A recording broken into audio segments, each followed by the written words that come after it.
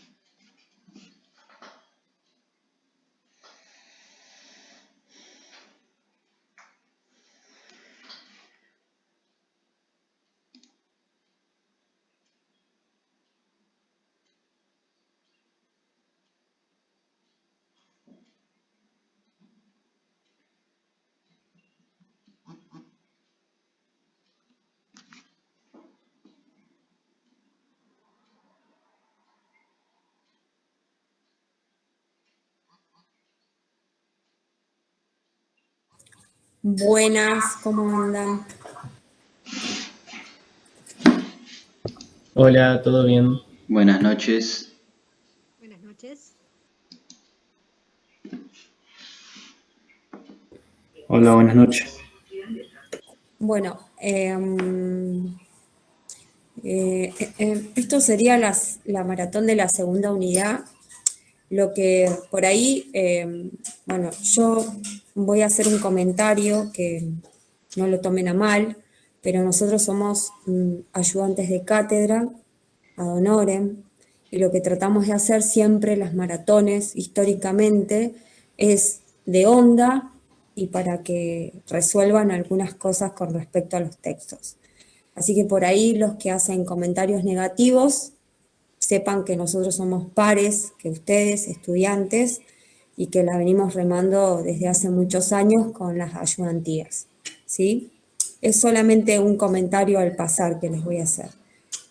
Yo tengo una tendencia o tiendo a explicar usando lo más simple que puedo usar en el vocabulario, malas palabras siempre las dije, de hecho los profesores ya saben cuál es mi forma de ser, y trato de ir al hueso en cada explicación como para no, no jactarme ni de profesora ni nada de eso, sino que es una explicación de un ayudante de cátedra hacia otros pibes pares, ¿sí? Lo digo porque por ahí me rompe las bolas que hagan comentarios que no vienen al caso, ¿sí? Bueno, nada, no lo quería dejar pasar en el día de la fecha. Yo voy a dar medicina hipocrática, es de la unidad 2 uno de los TPs más fuertes porque de hecho está hecho por Devener, es como decirles el Padre Nuestro de la cátedra. Es algo que lo tienen que aprender, al que no le guste leer lo tiene que aprender de memoria, y al que le gusta leer, buenísimo, lea el libro o haga una buena reflexión sobre el TP. Bueno, voy a compartir a ver si me sale. Alguna duda que tengan me la van preguntando, ¿sí? El que no leyó el texto preste atención a lo que va pasando y vayan como teniendo algunas cositas que puedan aparecer, ¿sí? ¿Se ve ahí? Sí. Sí, se ve. Bueno. Meli, por favor, espérame un segundito, es que estoy terminando de aceptar gente en la otra sala. 2 minutitos. Ok. Bueno, sigo entonces bardeando. Resulta, querían seguir, mentira. Bueno, ¿alguna duda sobre el TP de ayer de Patricia Aguirre? ¿Les quedó?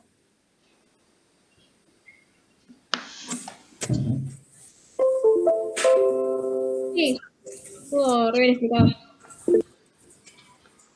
Yo estoy compartiendo todavía, qué boluda. Bueno, genial, que les quede claro.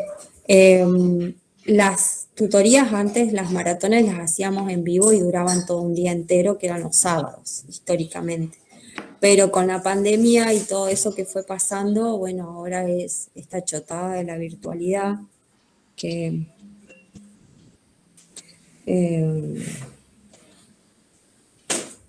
eso.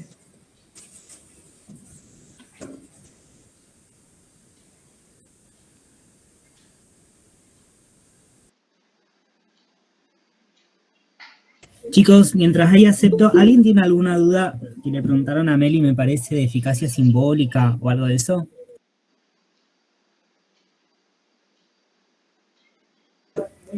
Yo tenía alguna duda con respecto al texto que iban a subir. No sé si lo van a subir o no. Al de Marta Lambas. Sí, justo le contesté a una compañera hace un ratito que no lo terminé de subir porque es muy pesado y no estuve en casa, pero hoy lo voy a terminar de subir y a más tardar mañana ya va a estar, sí. Gracias, Gastón. Hola, buenas No, de nada. noches. Hola, buenas Yo noches. hoy le había hecho una pregunta a Meli que me quedó una duda de ayer, porque en una clase de Jara habían dicho, o sea, estoy hablando sobre el texto número 3, ¿no? El de Le Breton. Yo le había preguntado a Meli si el dolor, como él lo describe, sería solamente para lo físico o para lo psicológico también, porque Jara había dicho que era solamente lo físico. No sé si se entiende mi pregunta.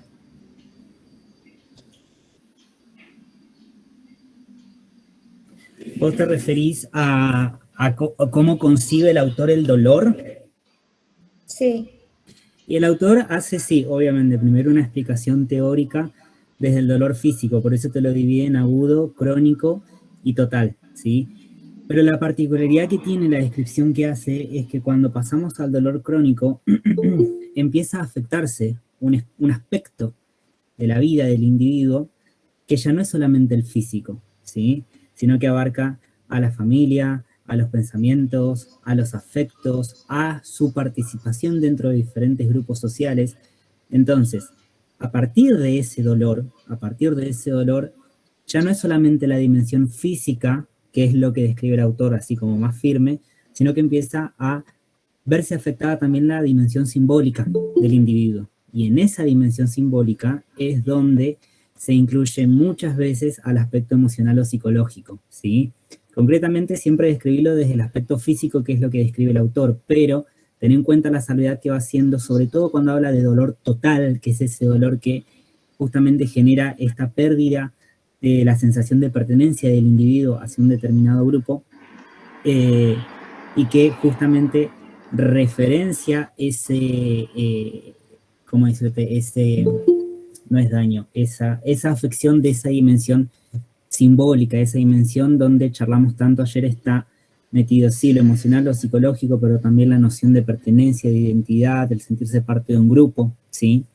Entonces, siempre partí de lo físico, pero ten en cuenta que en esos otros dos dolores que son más amplios, se puede ver cómo se va afectando la dimensión simbólica, ¿sí? No sé si se respondió. Sí, gracias.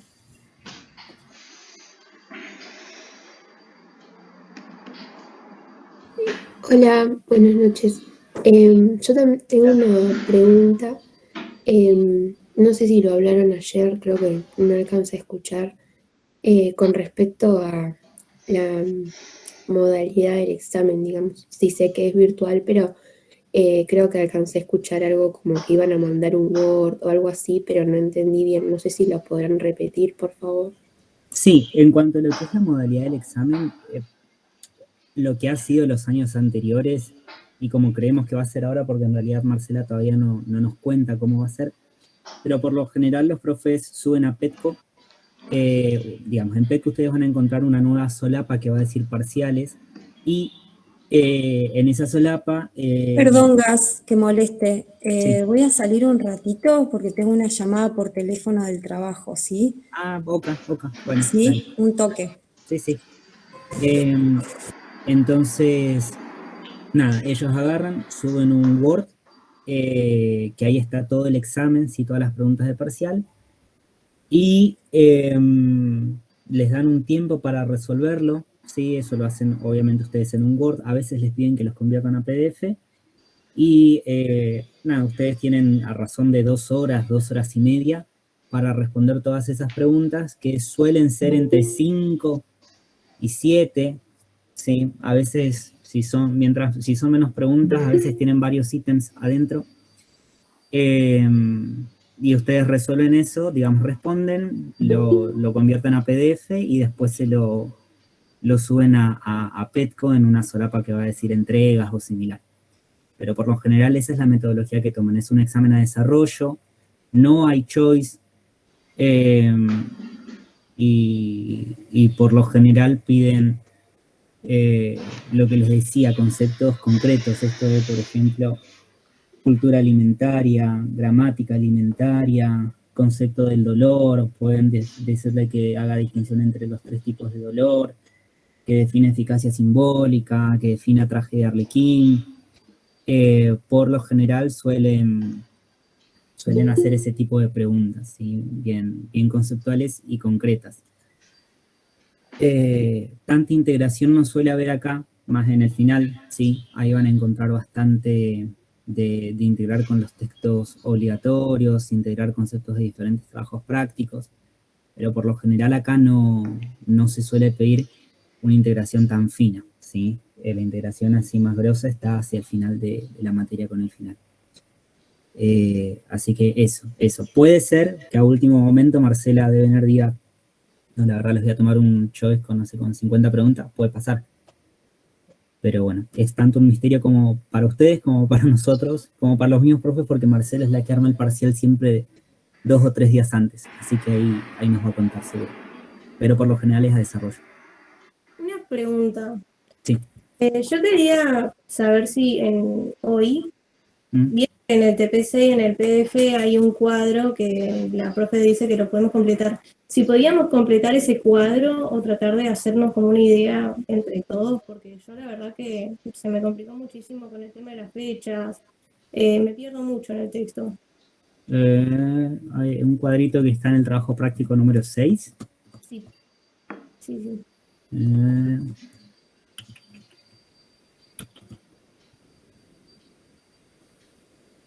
Lugar, fecha, palabras, cada parte de conocimiento. El que tiene Aristóteles, Hipócrates, Xerófiles, Erasistrato, ¿ese? Claro, sí, ese mismo. Sí. No lo vamos a hacer porque en realidad con la presentación que hizo Melina y con la presentación que les hice yo, está ya la información organizada de manera tal que ustedes lo van a poder completar, ¿sí? Va a ser simplemente después copiar y pegar lo que está en el Power, pero ya está organizado así en la presentación que les vamos a dar. Así que no te preocupes que lo vas a poder resolver bien. Si cualquier cosa pregunta, pero va a estar bien claro en las diapositivas que vamos a ver hoy, ¿sí? Bueno, muchas gracias. No,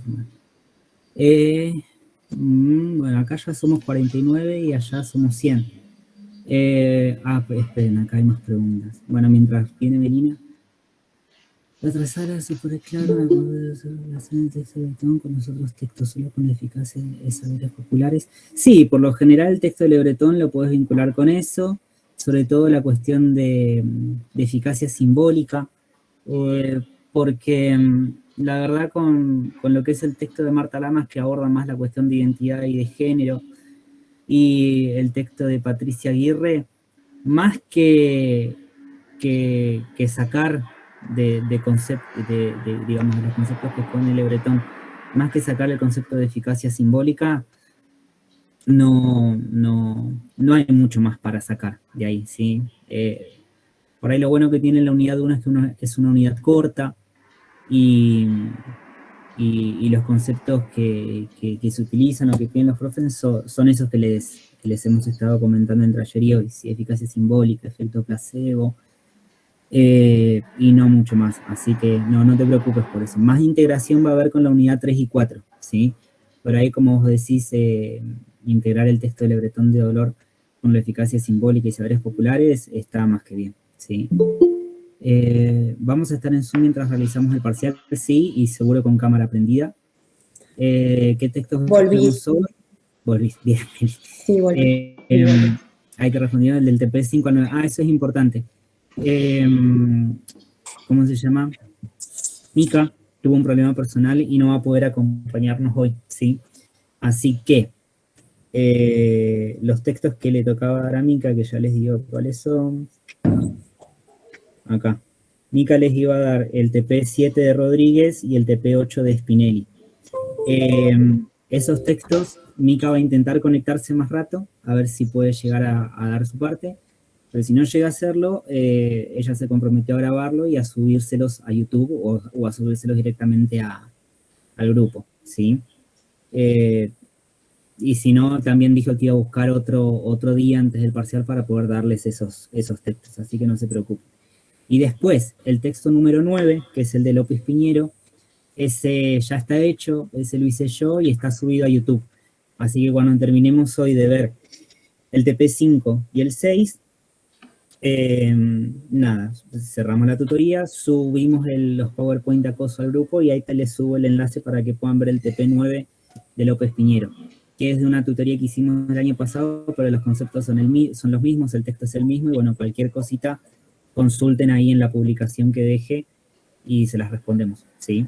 Pero así nos vamos a organizar, porque Mica no sabe si va a poder conectarse o no. Una consulta.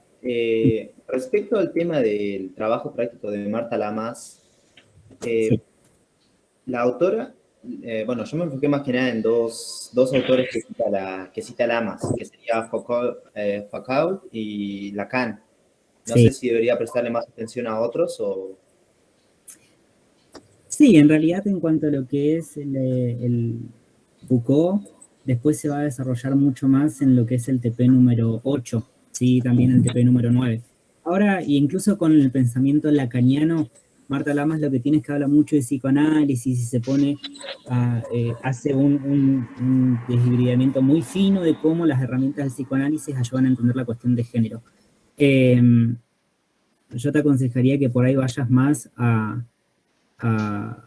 no tanto a aprenderte los conceptos propios que expone Marta Lamas de Lacan, sino simplemente a entender cómo el pensamiento de Lacan aportó a la cuestión de género. Nada más que eso, ¿sí? Porque, como te digo, es un texto que tiene mucho de psicología, que está buenísimo, pero en el parcial va a ser una cuestión por ahí un poquito más general, ¿sí? De hecho, si tienen la posibilidad de ver la clase de Jara, que está en Petco, ella hace una exposición muy buena y son los puntos centrales más importantes del texto, así que eso como guía sería ideal que le puedan pegar una mirada. Pero sí, con algunas cositas generales de Lacan y de Foucault está más que bien, pero no te metas de lleno a entender cada uno de los conceptos finos que exponen, ¿sí? Porque después Foucault se desarrolla mucho en los TPs que vienen, ¿sí? Después del parcial. Yo dije 8, 9, 10 y 11 me parece que es, ya se va a ver bien, sí. Bueno, ¿empiezo? Sí, díganme nomás si... espere, acá.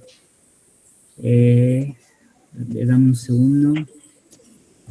Esperen que pregunto.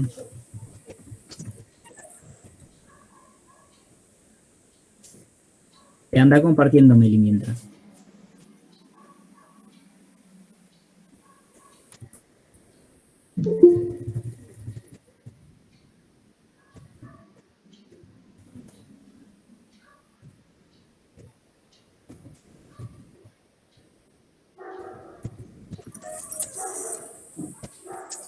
¿Se ve? Sí. Genial. Bueno, medicina hipocrática, como les decía antes de que me llamen del trabajo, era de que es el Padre Nuestro de la unidad 2. ¿Por qué? Porque está nuestra querida Marcela de Vener, ¿no? Bueno, primero, para que se ubiquen y para que no le manden fruta, yo creo que ayer alguien me preguntaba por los millones y millones y millones de años de evolución y toda la boludez esa, bueno, que no venía al caso, que lo sepan, pero que sí es importante en esta unidad, en la unidad 2, sí ubicarse siempre en los siglos antes y después de Cristo. Teniendo en cuenta como base de que qué vamos a trabajar o qué tienen que trabajar acá sobre lo que fue pasando. Primero, los conceptos de salud y enfermedad, y por otro lado, lo que fue la práctica médica, ¿no? Es el eje central de este TP y de la unidad, la base de la unidad 2. Yo siempre digo que cada unidad tiene un eje central del cual tienen que aprender a trabajar y cuál es la base de esto, ¿no?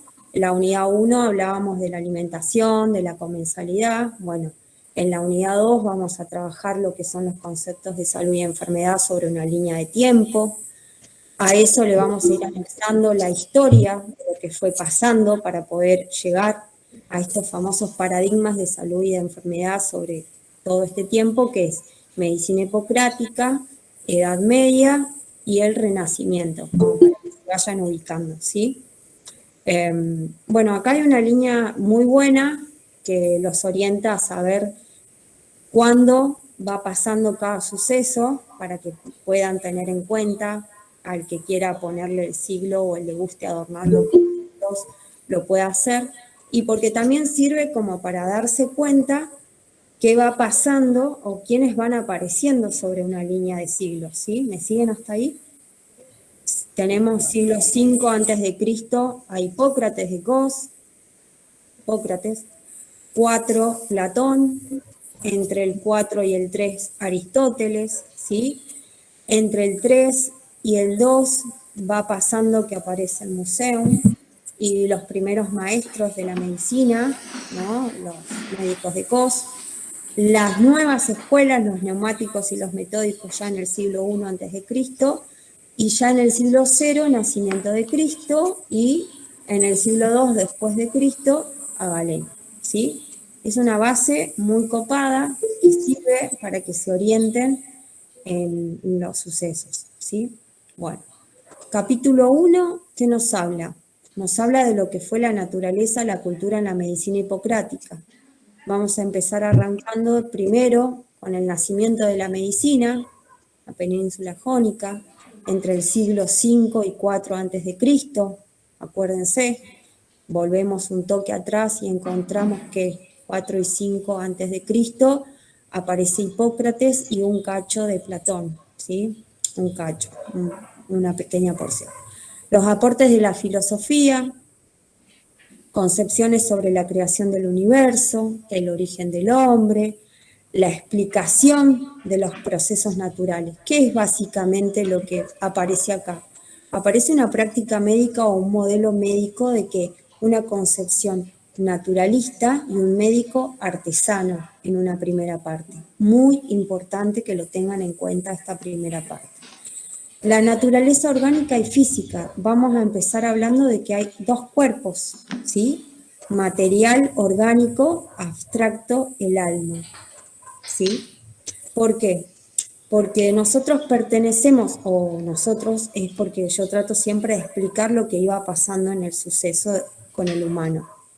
Acá había una unidad que era que todos pertenecíamos o pertenecemos a esa unidad.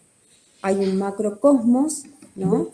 Que dentro de ese macrocosmos está el microcosmos, que interactúan estos dos, ¿sí? Y ahí se va a desprender lo que recién les decía, lo del cuerpo. Material orgánico, abstracto, el alma, ¿sí? De memoria. Si no es de memoria, comprensión de texto, ¿ok? Resulta que acá había un espíritu pensante, ¿no?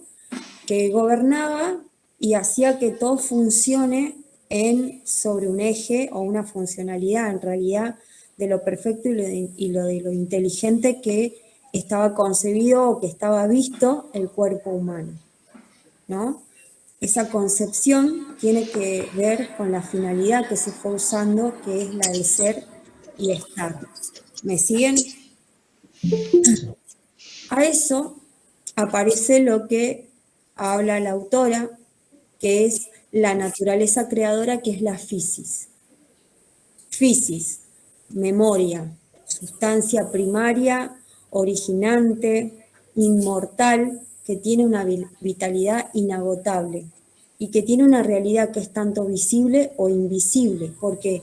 Porque recién yo les decía que hay un cuerpo, ¿no? Vuelvo un toque para atrás, que hay un cuerpo, que ese cuerpo tiene dos, material orgánico, abstracto el alma. ¿Me siguen? Meli, ¿Qué? consulta.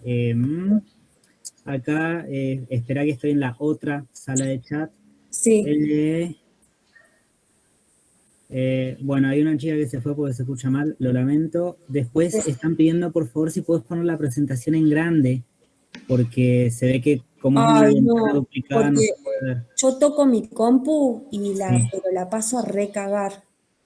Ah, bueno. Eso me pasa. Oh. Bueno, los de la sala 2, disculpen que no se puede ver en grande, pero Ay, no. es ese problemita. Y les pido, porfi, a los de la sala 2 que no escriban al chat, que hablen, porque como yo estoy compartiendo la pantalla compartida, si hablan en el chat no los voy a poder ver, ¿sí? Entonces, porfa, prendan el micrófono y pregunten desde la otra sala para que los pueda escuchar, ¿sí? Nada más. Y mil disculpas, pero tengo una computadora que es una cagada y si la toco me parece que me la voy a remandar. Bueno, sigo. Hablábamos de la fisis, de la sustancia primaria, originante, inmortal, que tiene una vitalidad inagotable, ¿sí? Y que tiene esa realidad visible e invisible. Las características de la fisis van en ese orden y tienen esa explicación, ¿sí? No traten, por lo que he visto, siempre tratan de ponerle medias como zarazas, o sea, volaseando las distintas características que tiene la fisis. Es así de simple y no hay mucha vuelta que darle en este orden, ¿sí? Tienen que saber que hay la primera característica, que es la universalidad o la individualidad, que tiene que ver con que uno tiene una propia fisis, pero al mismo tiempo pertenece a la fisis general, o sea, al cosmos. ¿Se entiende? Una principalidad, que es la fisis, es el origen de todo. ¿Qué quiere decir? En el momento del nacimiento, la principalidad de esa fisis individual es cuando nacemos. La armonía. Recuerden, hago un paréntesis, recuerden estas características porque después se van desarrollando y tienen que ver un poco todo con todo, porque tiene que ver con lo que va apareciendo con los conceptos de salud y de enfermedad y de lo que va evolucionando la práctica médica, ¿sí? Vuelvo. La armonía. La fisis busca el equilibrio y es lo que se produce la armonía. Tengan en cuenta, vayan prestando atención a estas cosas. La racionalidad, la fisis, es la lógica, ¿sí? Es la creadora, es lo que después vamos a ver que es la mente pensante de Aristóteles, por ejemplo. Y la divinidad es un aspecto propio de la fisis que escapa a la comprensión humana porque tiene que ver con los dioses, ¿sí? Ahora bien, a esta analogía del macro y del microcosmos que veníamos hablando, que yo les decía, de este cuerpo abstracto y este cuerpo material, va a aparecer esta famosa teoría de los humores, ¿sí?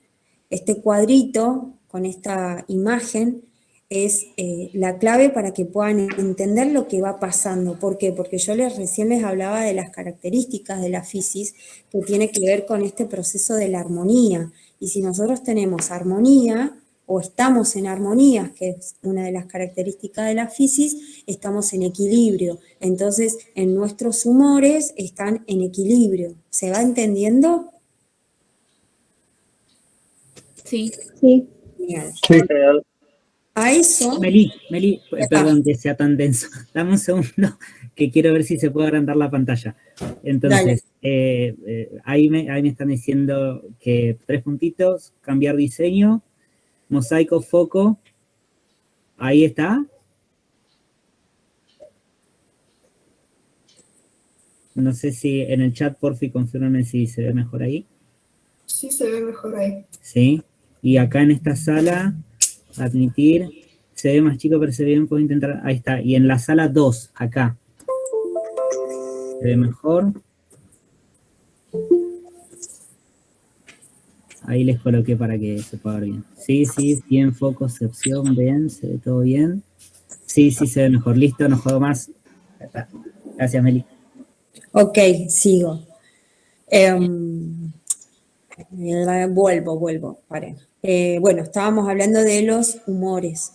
Entonces, yo les decía que una de las características de la fisis es la armonía, y esa armonía presenta un equilibrio, que el equilibrio que va a representar a la salud. Y si uno de los humores está en deceso o en defecto, no va a haber armonía, ¿se entiende? ¿Y cómo se reflejaba esto? Hay humores internos y humores externos que van a afectar de diferentes maneras a la materia, ya sea al cuerpo o al alma, ¿se entiende? Entonces ahí nos metemos con los humores internos y externos. La bilis negra, la flema, la bilis amarilla, la sangre, ¿sí? Esos serían los humores internos. Y cuando hablamos de humores externos, vamos a hablar del fuego, del aire, de la tierra y del agua, que crean que esa famosa armonía, ¿se entiende? Del macro y del microcosmos. ¿Me siguen? Si voy muy rápido o si no entienden algo, lo volvemos a retocar. Consulta. Sí. El tema de la asociación esta de los 4 elementos con los 4 humores vendría siendo parte del corpus hipocrático, ¿verdad? ¿De qué? Perdón, del corpus hipocrático. Sí. ¿Quién habla? Porque no puedo ver la pantalla. Yo, Hans. Traten de no meterle tanto nombre como medio... A ver, no es por... A ver, ¿cómo les puedo explicar? Traten de no meterse como para saber o zarasear mucho con nombres y eso, porque así como estás tirando un nombre o estás contando algo o estás diciendo, vayan a lo simple, ¿sí? Vayan al hueso. Traten de sacar las ideas muy generales, pero las cosas muy puntuales, ¿sí?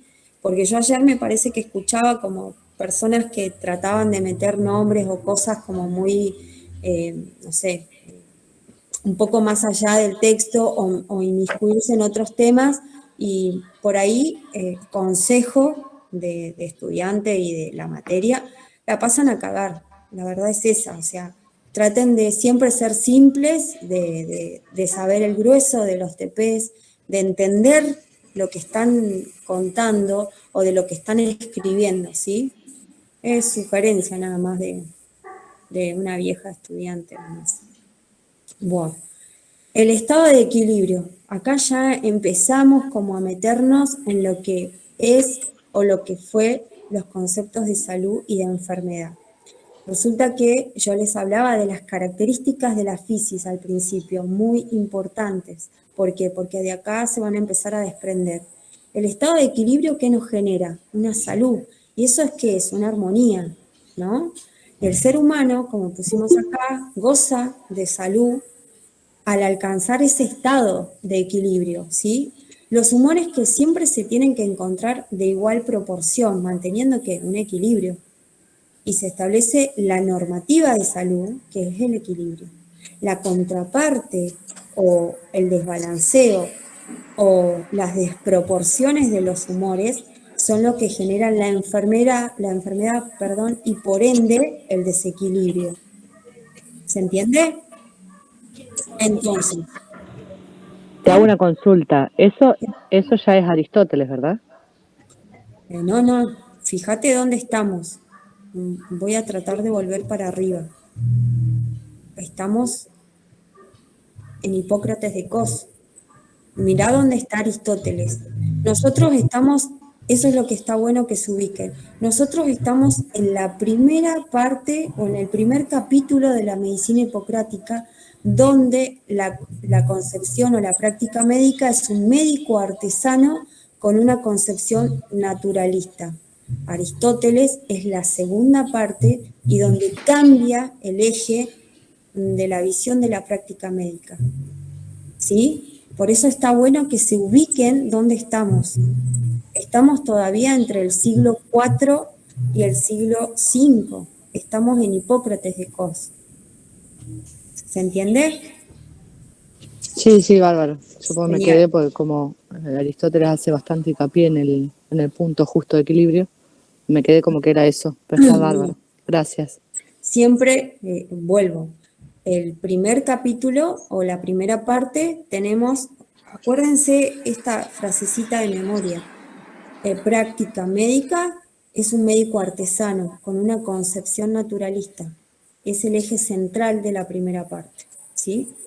Volviendo al equilibrio, les decía la teoría de los humores, las proporciones en su justa medida van a traer la normativa de la salud, que es el equilibrio. La contraparte, la contracara, la vereda de enfrente es la enfermedad, que es el desequilibrio, que quiere decir que hay un humor en exceso o en defecto. ¿Ok? ¿Cómo afecta la enfermedad a la fisis? A una de las características que está, si hay una enfermedad, vamos a encontrar una de las características de la fisis, que es la armonía, que está en desequilibrio, o sea, no está cumpliendo la norma de la fisis. ¿Y qué se puede hacer? Resulta que la enfermedad en la fisis, con un exceso o un defecto de los humores, nos va a presentar dos formas: azarosa, dócil, maleable para el médico, quiere decir que el médico puede intervenir en ella, puede remediar ese desequilibrio, ese humor en exceso o en defecto. Pero forzosa, no. La forzosidad muestra la rebeldía y la ferocidad que tiene, y no puede convivir o intervenir el médico en esa práctica, en ese desequilibrio. ¿Se entiende? Entonces, miren lo que aparece acá, lo que les vengo diciendo, lo que les vengo rompiendo las bolas en la primera parte, que es muy importante.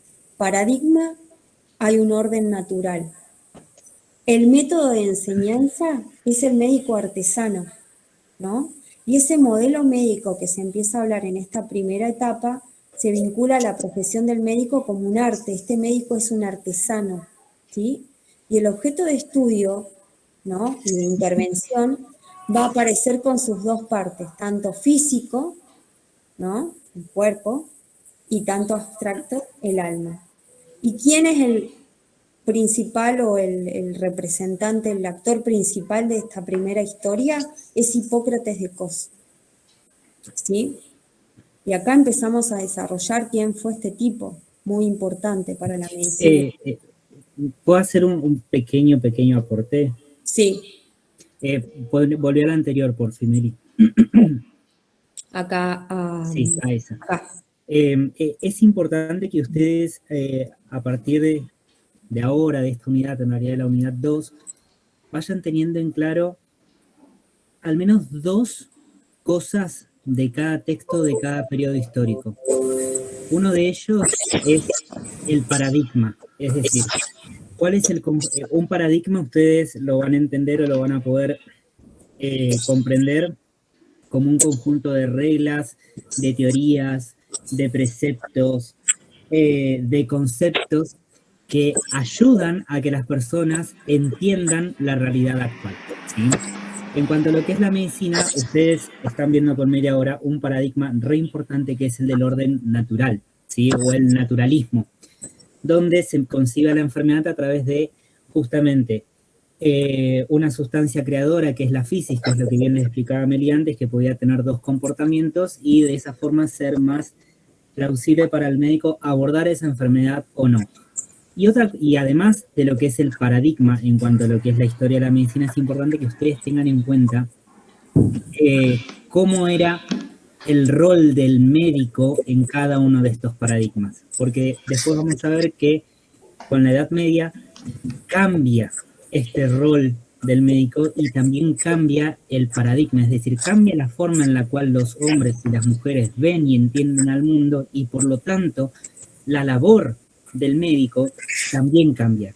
En este paradigma, en el del orden natural, cuando Meli les dice que actuaban como artesanos médicos, ustedes piensen esto que charlaban antes de los 4 humores, ¿sí? Cuando a un médico hipocrático le llegaba un paciente, el médico obviamente tenía en cuenta la enfermedad que estaba padeciendo y también tenía en cuenta diferentes métodos, diferentes terapéuticas que ahora las van a ver con Meli, para poder tratar a esa persona. Pero no todas las personas tenían el mismo tratamiento más allá de que la dolencia fuera la misma. Entonces, para cada persona, ese médico, de alguna manera, terminaba siendo una artesanía en cuanto a la práctica o en cuanto a los tratamientos que daba, que le fuera más eficaz para esa persona en particular. Por ejemplo, una persona venía y le recetaba, no sé, ungüentos y sangría. Otra persona venía y le recetaba otro tipo de ungüentos, pero no le recetaba sangría. Venía otra persona, todos con el mismo cuadro, y le recetaba la sangría, y en vez de recetarle el ungüento a la crema, le daba una pócima que tenía miel y ajo, ¿sí? Entonces, es por eso que se dice que el médico era un artesano, porque jugaba con las herramientas que tenía e iba haciendo un tratamiento específico para cada persona, pero era un tratamiento muy particular, que tenía una especificidad y una particularidad tal que solamente se podía comparar con el trabajo de un artesano. Se decía que el médico terminaba creando una artesanía o una obra de arte por esa particularidad y individualidad de cada tratamiento, ¿sí? Nada, era eso, porque a veces por ahí quedan dudas en cuanto al concepto de médico artesano. Nada más, Meli, eso. Gastón, ¿también podríamos decir que imitaba los movimientos de la naturaleza? Exacto, sí. De hecho, justamente a raíz de eso es que podían, por ejemplo, recetar, entre comillas, o la sangría, o esta bebida que les decía, la miel con el ajo, o ahora justo no me acuerdo todas las otras que tenían, pero justamente viendo cómo era el movimiento de las llamas del fuego, cómo era el movimiento del aire, cómo corría el agua, es que estos médicos intentaban hacer una analogía entre eso que se les presentaba a la naturaleza, ese macrocosmos, y lo que pasaba en el cuerpo humano, que era el microcosmos. Entonces buscaban, bueno, analogías en cuanto al movimiento del agua dentro del cuerpo, bueno, en el tracto digestivo, analogías del movimiento del aire de la naturaleza en el cuerpo, bueno, iban a los pulmones, analogías en cuanto al movimiento de las llamas del fuego en el cuerpo, bueno, se iban al corazón, y así. Sí, está muy bueno eso que dijiste, no sé quién fue, pero sí buscaban esa imitación de los movimientos naturales de la naturaleza. Sí. Listo, ya está, Meli. No interrumpo más. Perdón. Estaba comiendo igual. Bueno. Al pelo. Bueno, sí, paren que estoy media atoradita, me voy a tomar un mate. Bueno, me recolgué. El médico hipocrático, vuelvo. ¿Quién era? Médico artesano, bueno, porque lo que estaban hablando todos ustedes de la práctica médica. Y ahí está justo, perdón que interrumpa lo que decía recién el compañero, de que imita ese arte de la naturaleza. Sí. Exacto. Lo debe haber leído de este Power igual. Mentira. Bueno, había una... me retildé. Bueno. Etapa de la enfermedad. A partir de el médico hipocrático, el médico artesano imita el gran arte de la naturaleza, como decían ustedes recién, poseía una tecné, que era un conocimiento técnico, ¿no?, de la fisis, básicamente, y era saber qué hacer. ¿Se entiende? Y a partir de esto es donde empieza a hablar de las etapas de la enfermedad. ¿Qué era lo que describía? Describía los cambios de las proporciones humorales en exceso o en defecto, la reacción que se generaba en el organismo y la crisis final. Acababa con el humor en exceso de acuerdo a esta práctica que había realizado, o la muerte. Chau pachulo. ¿Sí? Las formas de la curación. Resulta que la curación podía ser espontánea, como dice acá el Power, pero ¿qué era lo que pasaba básicamente? Había que empezar a ver de qué manera interactuaban los humores y de qué manera la fisis, si era remediable la intervención o la evolución sola, o si bien había que realizar tratamientos y medicamentos. Recordemos que como era una concepción naturalista, lo último que usaban era la farmacología de esa época, ¿sí? Entonces el médico empezaba a establecerlo al problema, que proponía el método hipocrático. ¿Por qué? Porque empiezan a tener que ordenarlo y a tener que ver paso a paso lo que iba generándose con la fisis, si evolucionaba sola o no con respecto a la curación. ¿Se entiende? Y ahí era donde empezaba a determinarlo al caso, ¿sí? Ver cuán real o cómo era la consistencia real de esto. Lo ordenaba en tiempo a la enfermedad, arriesgaba un pronóstico en base a esas etapas que iba describiendo y después determinaba a ver qué había sido el causante de esa enfermedad, ¿sí? En base a toda esa información es lo que se aprende o se empieza a implementar lo que fue el método hipocrático en sí. Resulta que la primera parte dice que hay una exploración sensorial. Usaban los sentidos, ¿sí? Probaban la orina, olían las excretas, chupaban el sudor, básicamente, ¿sí? Y hay una historia que dice que Aristóteles, en uno de estos métodos, utilizando la exploración sensorial, pone en una vasija, en el sol, una muestra de orina, y ahí es donde varias moscas se sientan sobre esa orina, y es lo que se pudo ver que tenía una gran concentración de glucosa, entonces era una persona diabética, ¿no? Esas eran las maneras que ellos usaban este tipo de exploración sensorial. A esto... Meli, ¿Qué pasa? perdón, estoy renso, pero vi una pregunta acá en el otro chat que dice, el profe ha dicho que en la forzosa el médico debía intervenir, más no en la azarosa. No sé qué profe lo habrá dicho, pero en el texto no lo dice así. Entonces, puede ser, a veces nos pasa a nosotros, les pasa a los profes que por ahí se confunden, pero en el texto dice y recontradice que la azarosa es dócil y maniable y ahí sí se puede intervenir, pero en la forzosa no. Entonces, cuando pasen esas cosas ahí de que por ahí ven una cosa en la clase y en el texto otra, confíen en el texto, siempre. Y aparte, una de las formas que yo me aprendí cuando cursé esta materia, que medio que estaba media volada, que no entendía, la relacioné de esta manera. Azar puede intervenir, forzoso, fuerza, no va a poder intervenir. Fue la manera que me pude dar cuenta, una pelotudez, pero me sirvió. Nada, dato. Bueno, sigo. A esa exploración sensorial le vamos a sumar lo que fue la comunicación verbal con el paciente, relación médico-paciente, ¿sí? Que fue o que es hoy en día la base fundamental del tratamiento. ¿Por qué? Porque hay una conexión que tiene que haber entre el médico y el paciente, que es que el paciente tiene la información específica y puntual que se necesita para saber ciertos ítems de lo que está pasando, más allá de que va a darte información y va a describirte lo que le está sucediendo, ¿no? Entonces va a haber una relación médico-paciente de confianza, ¿se entiende? A esa buena relación que se va construyendo, relación médico-paciente, va a aparecer el razonamiento, que es que el médico, con la exploración sensorial, todos esos datos que tiene, con la comunicación verbal con el paciente, que ha podido recabar información muy importante, ahora ¿qué va a hacer? Un razonamiento. Va a establecer el cuadro clínico, va a tener un pronóstico y por último va a poder decir, acá estaba, pasó esto, esto y esto, o se dio por esto y esto. O sea, determinar la causa que generó esa enfermedad. Como tienen una visión naturalista, donde es preservar la naturaleza misma del organismo, las terapéuticas siempre trataron de ser mínimamente invasivas.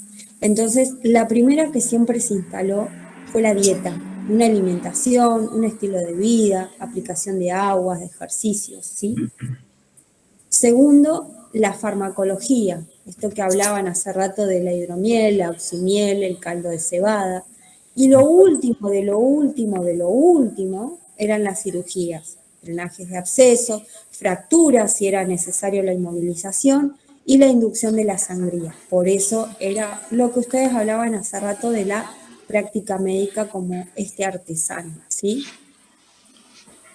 Ahora bien, ¿quién nos aparece ahora? Muy importante que distingan lo que fue el alma según Platón en un primer capítulo y en un segundo capítulo el alma de Aristóteles, ¿sí? Importante que lo tengan bien distinguido. ¿Qué sucede acá? La concepción del alma para Platón creía que el alma pertenecía al mundo de las ideas, ¿no? Y el mundo de las ideas por un lado, y por otra parte el cuerpo pertenecía al cuerpo, al mundo de la materia. Y acá es donde empieza a hablarnos Platón, desarrolla esta famosa alma tripartita, muy importante en una primera parte. Hablamos de que si es un alma tripartita, estamos hablando de 3 partes, 3 pedazos, ¿no? Y vamos a tenerla ubicada en diferentes lugares y van a ser inmortales y mortales, ¿no? En lugar del cuerpo tenemos un alma deliberativa, racional, alojada en la cabeza, donde presiden las virtudes como la sabiduría y la prudencia. Y ojo, es un alma inmortal, ¿ok? Nos vamos a un alma irascible, alojada en el corazón, donde van a presidir la valentía, que va a participar, ¿no? Las pasiones nobles acá, lo aguerrido, el guacho, ¿sí? O sea, ¿cómo les puedo explicar? El que tiene la valentía, el ardor, el coraje, el aguerrido, el peleador, ¿sí? Y es un alma mortal, ¿sí? Muere o desaparece con la persona, con el cuerpo. Y tenemos después un alma concupiscible, alojada en el estómago, hígado, bajo vientre, y tiene que ver con las pasiones bajas, el apetito sexual, la gula, ¿sí? Y también es mortal, ¿sí? Como acá se usa siempre unas buenas metáforas que dice que se halla amarrada al bajo vientre y como es como una criatura que se encuentra atada, ¿sí? Estas son metáforas que nos sirven para ayornar, para adornar, cuando ustedes describan, si les preguntan, el alma tripartita de Platón, ¿ok? Hay relaciones entre el alma deliberativa y un alma irascible, y también hay una relación entre alma irascible y concupiscible. Primero, entre el alma racional y el alma irascible hay una relación porque hemos usado o usamos que el corazón es el encargado de mandarle sangre a todas las partes del cuerpo, ¿no? Entonces, ¿qué tiene? Una función de guardia, de estar siempre a la expectativa y provocar ese fuego interno o externo, que quiere decir que es lo aguerrido, es la pasión que tiende el corazón a tener. El pulmón, como es un órgano de ventilación, es el que le va a dar el respiro a ese ardor, a ese coraje que presenta el corazón, ¿sí? Es como decirles que a esa alma pensante, racional, hace bajar también los desniveles a esa alma irascible que es tan aguerrida y tan ferviente. Por otro lado, tenemos un alma irascible y concupiscible, que cuál es la relación directa o lo que tienen como relación punto directo, que son del alma tripartita de Platón, son las 2 almas mortales. ¿Qué quiere decir? Que cuando la persona desaparece o se muere, también muere esa alma, ¿sí? Acá básicamente son tienen que ver las pasiones bajas, ¿sí? Lo que les decía o les describía recién. Usamos esta fotito, este dibujito, ¿por qué? Porque es este famoso carruaje que describe Platón, que es el alma, que está tirado, va corriendo por un alma,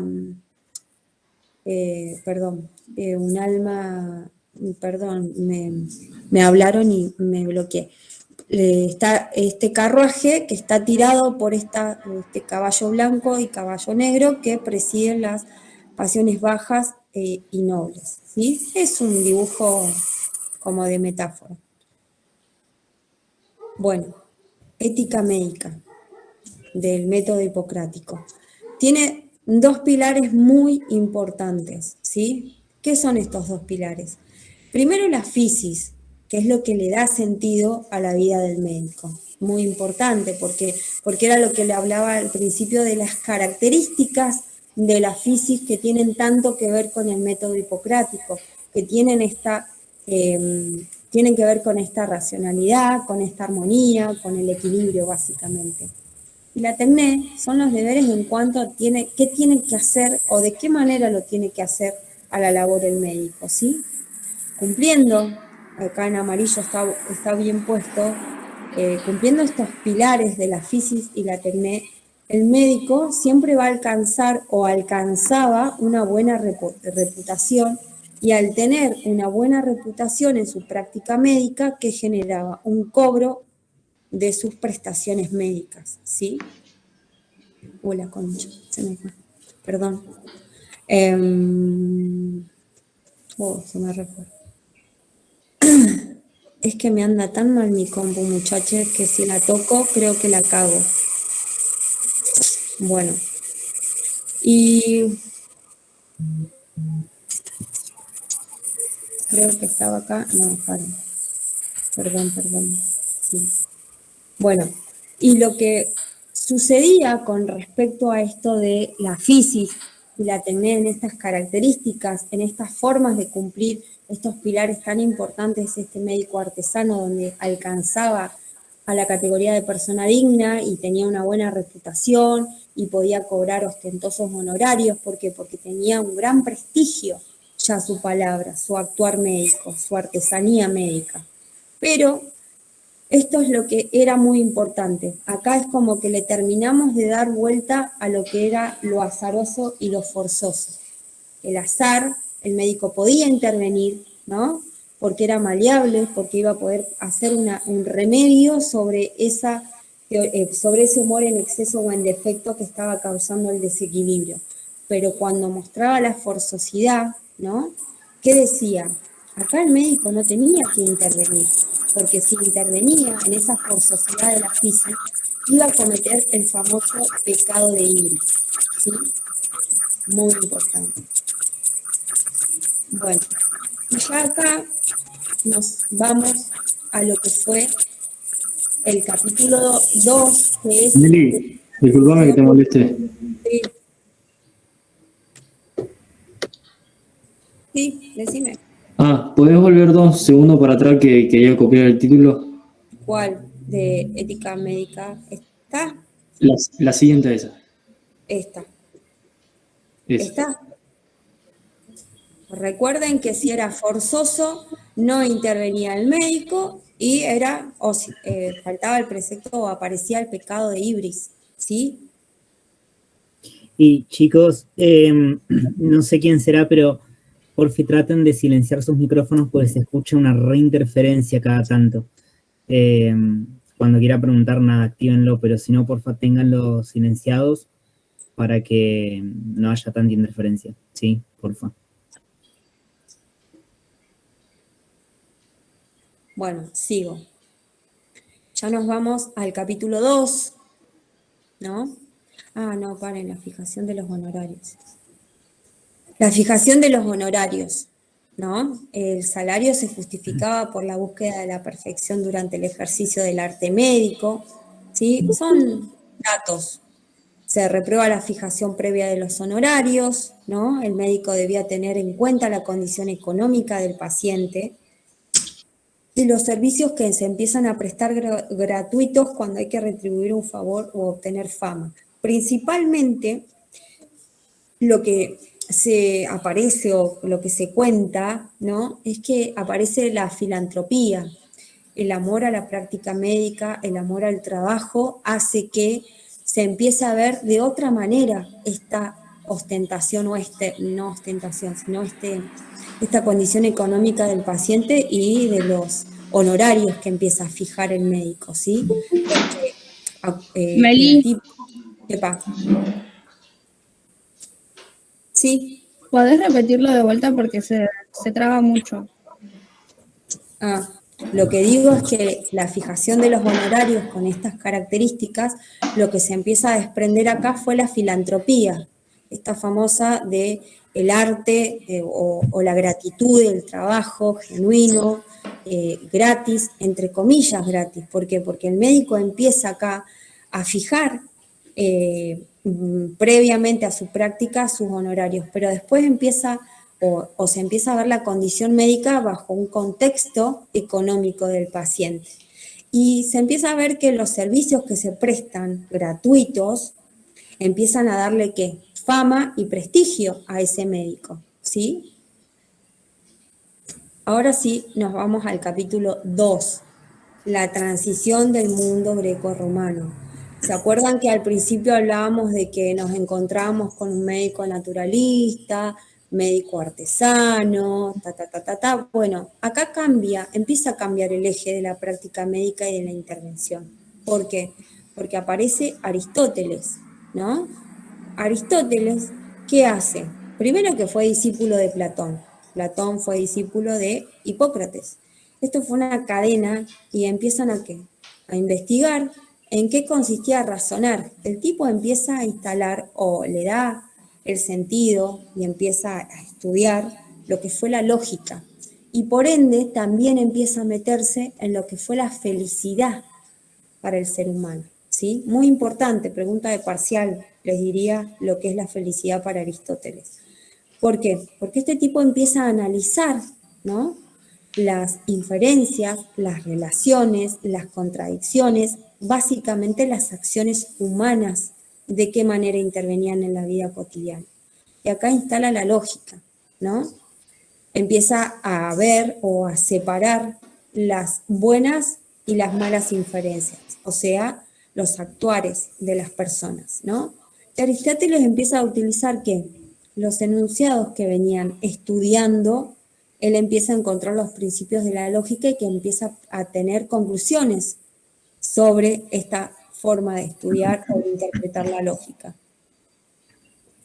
Y yo les decía, ojo cuando hablen de el alma o cuando aparezcan cuando les pregunten el alma según Aristóteles o según Platón. Diferencia muy puntual, ¿sí?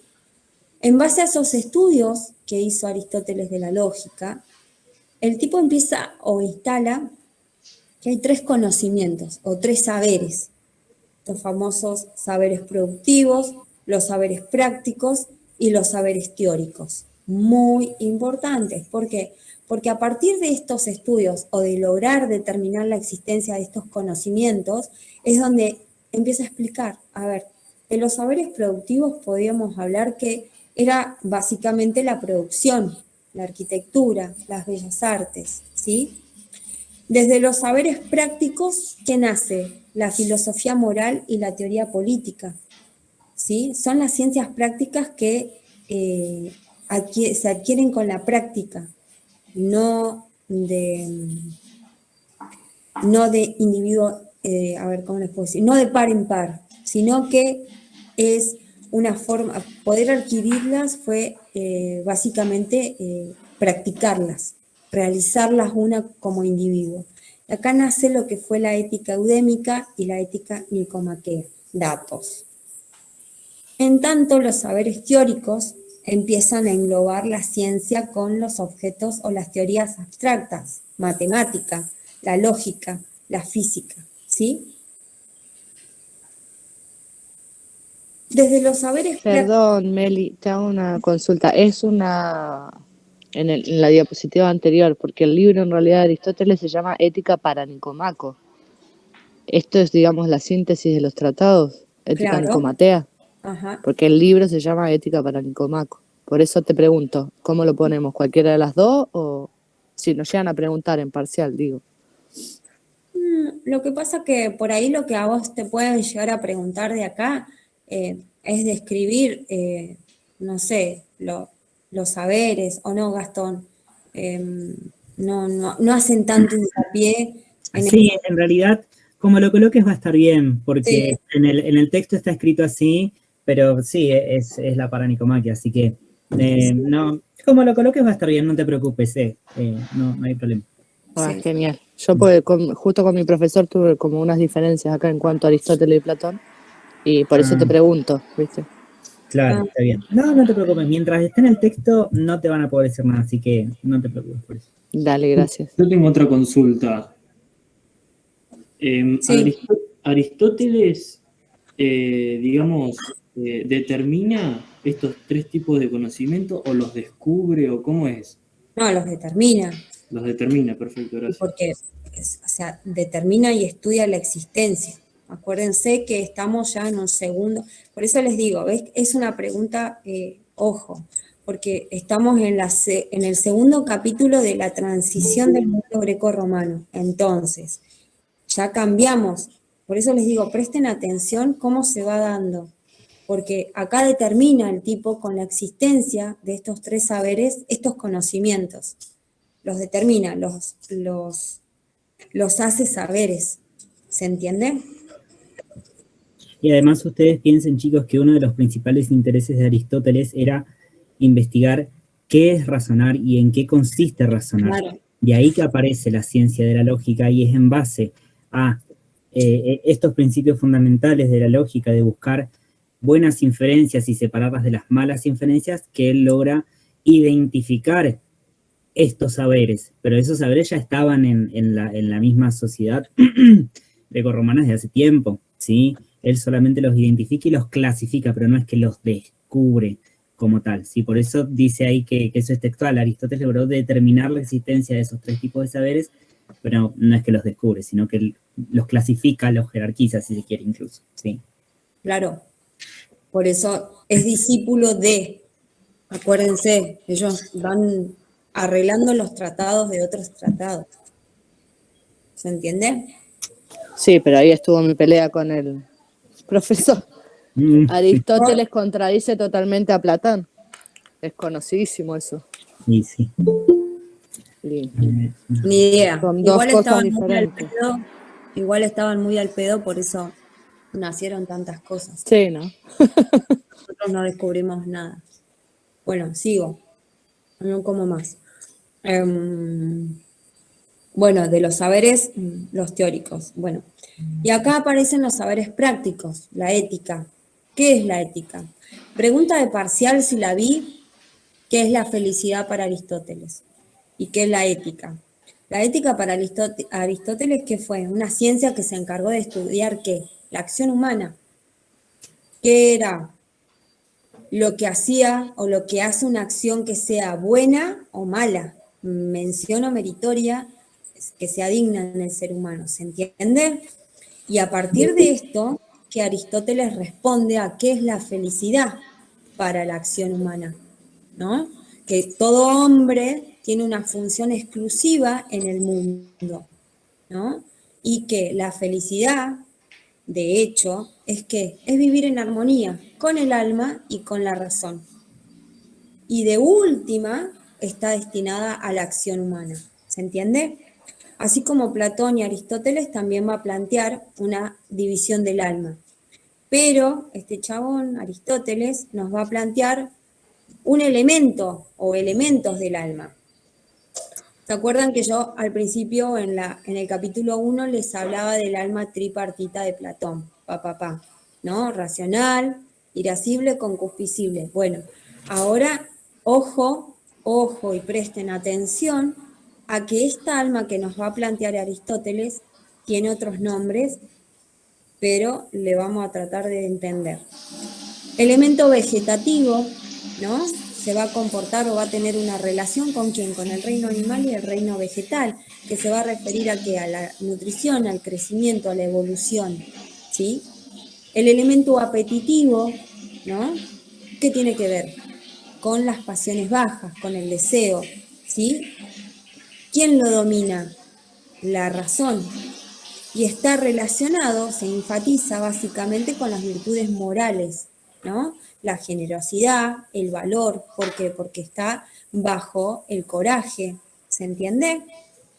Al enfatizar el valor, la templeza, la generosidad, ¿cómo se enfatiza estas virtudes morales? Básicamente con la práctica que se tenga, las elecciones que uno hace para elegir, para vivir bajo una generosidad, bajo una templeza que responde al apetito, al deseo sexual, ¿sí?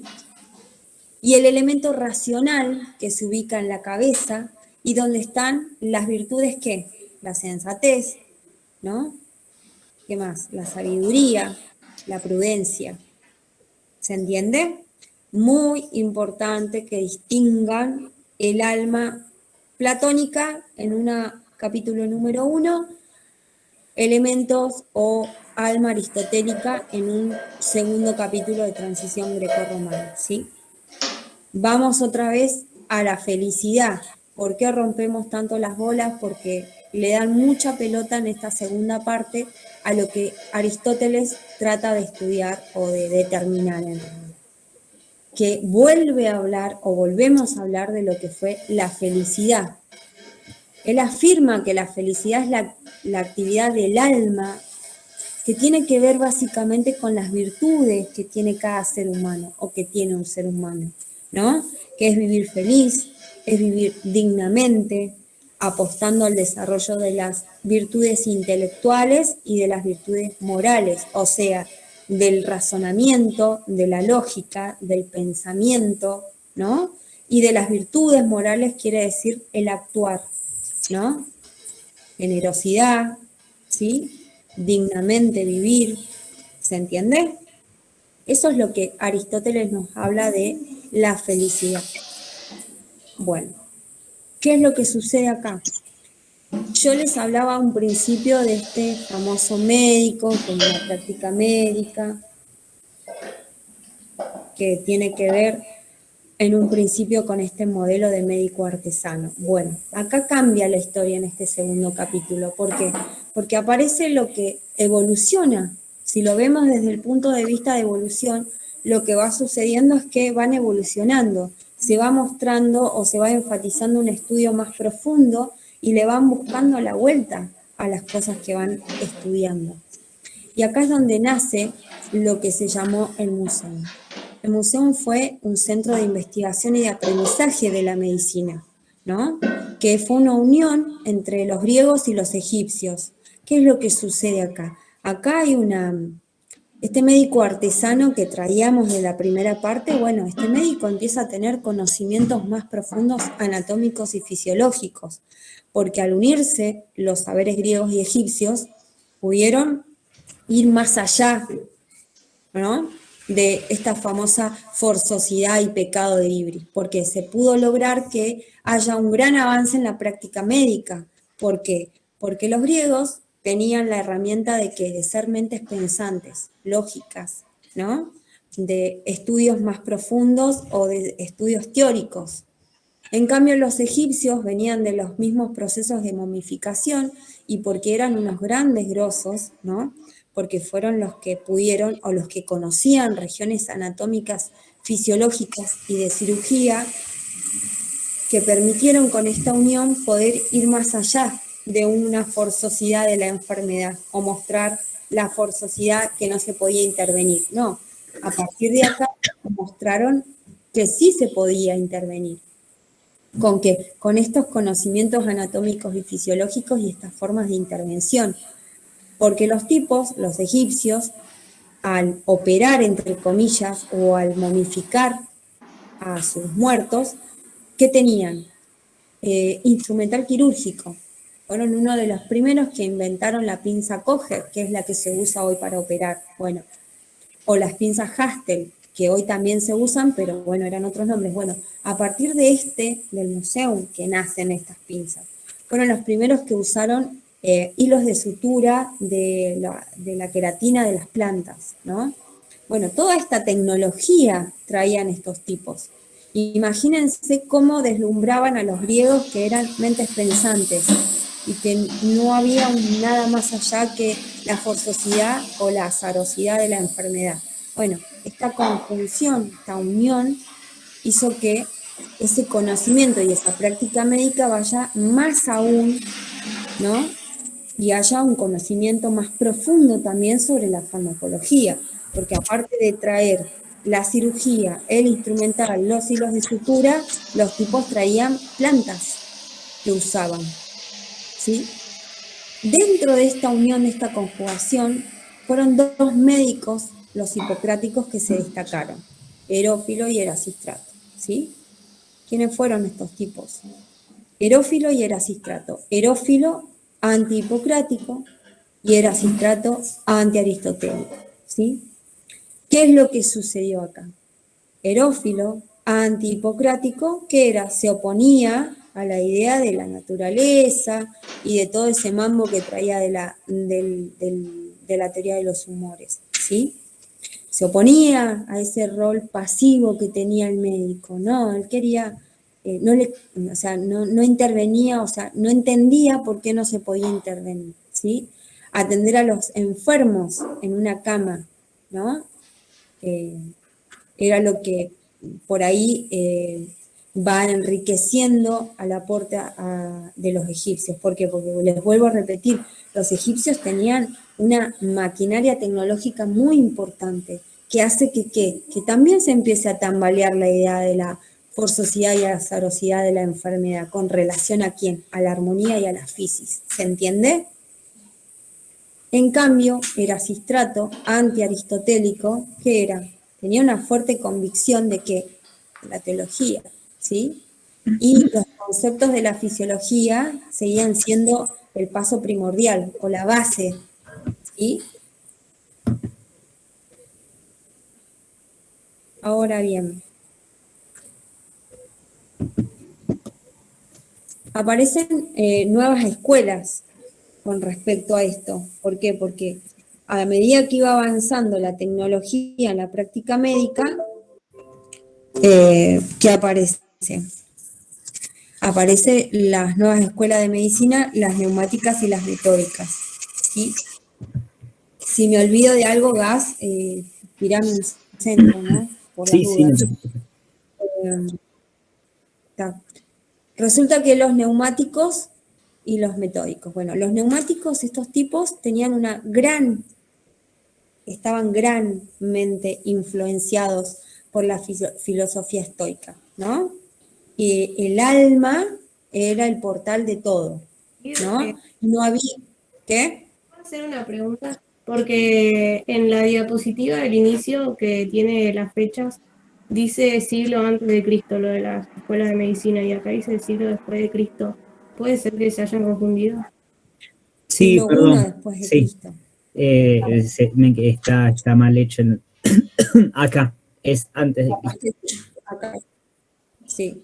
Cámbienle la D por una A. Es antes de Cristo. Claro. Bueno, pero está bueno que se den cuenta. Genial. Ponele. Bueno, los neumáticos. ¿Dónde me quedé en los neumáticos?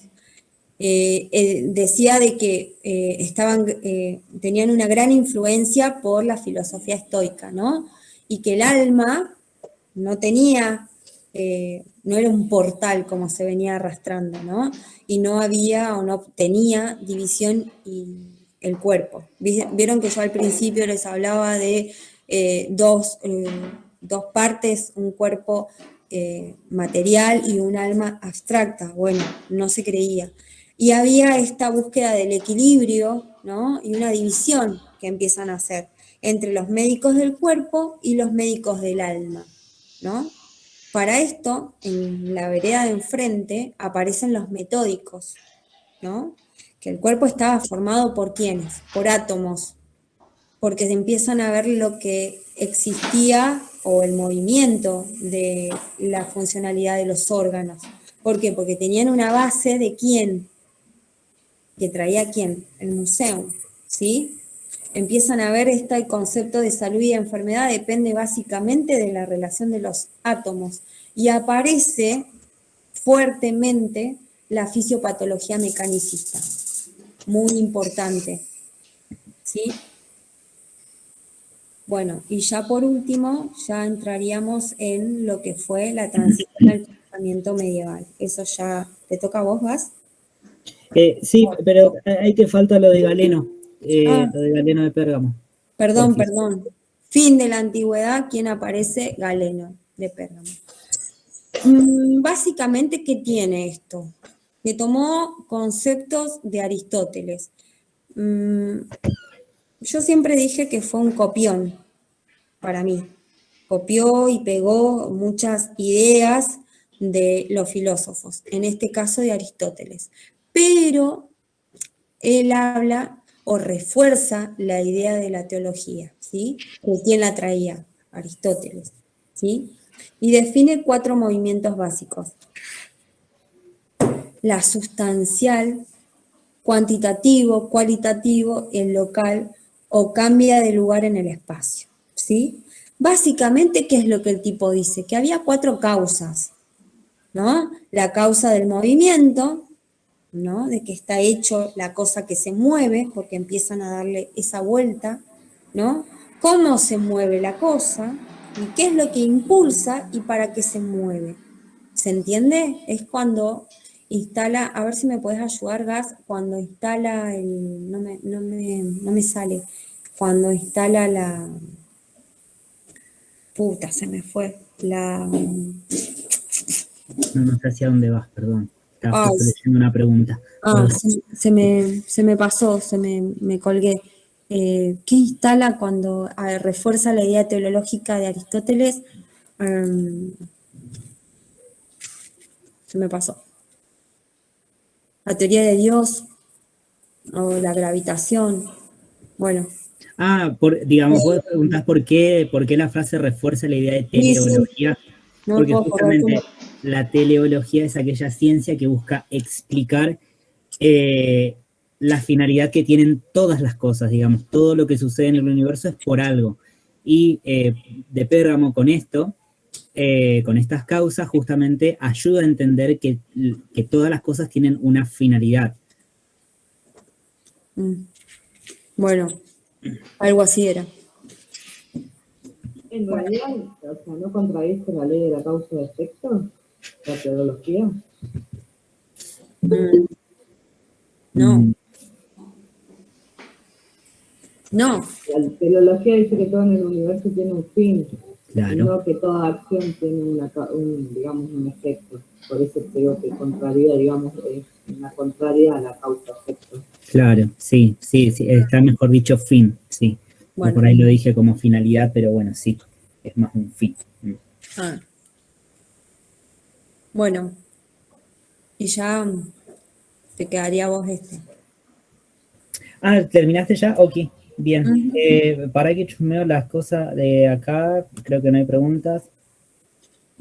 Del otro, sí, la felicidad está conectada con la ética, sí, eso es lo que explicó Mary. El cristianismo puede ser, no sé en qué momento apareció esta pregunta acá, pero bueno, quedó ahí colgado, perdón, que no la podía ver desde la otra pantalla. ¿Dejo de compartir? No. Sí, deja de compartir, así yo, no sé si quieren hacerte alguna pregunta a los chicos.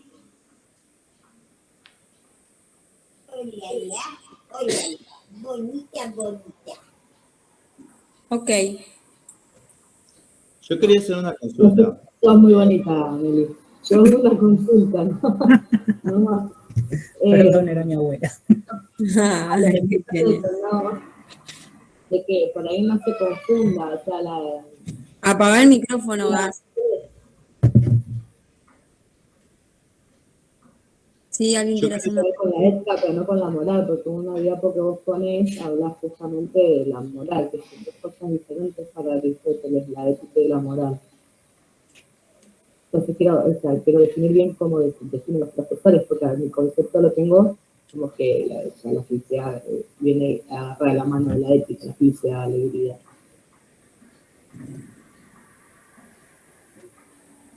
¿Qué onda? No estaría entendiendo. ¿Que alguien te habla por privado y sale en la...?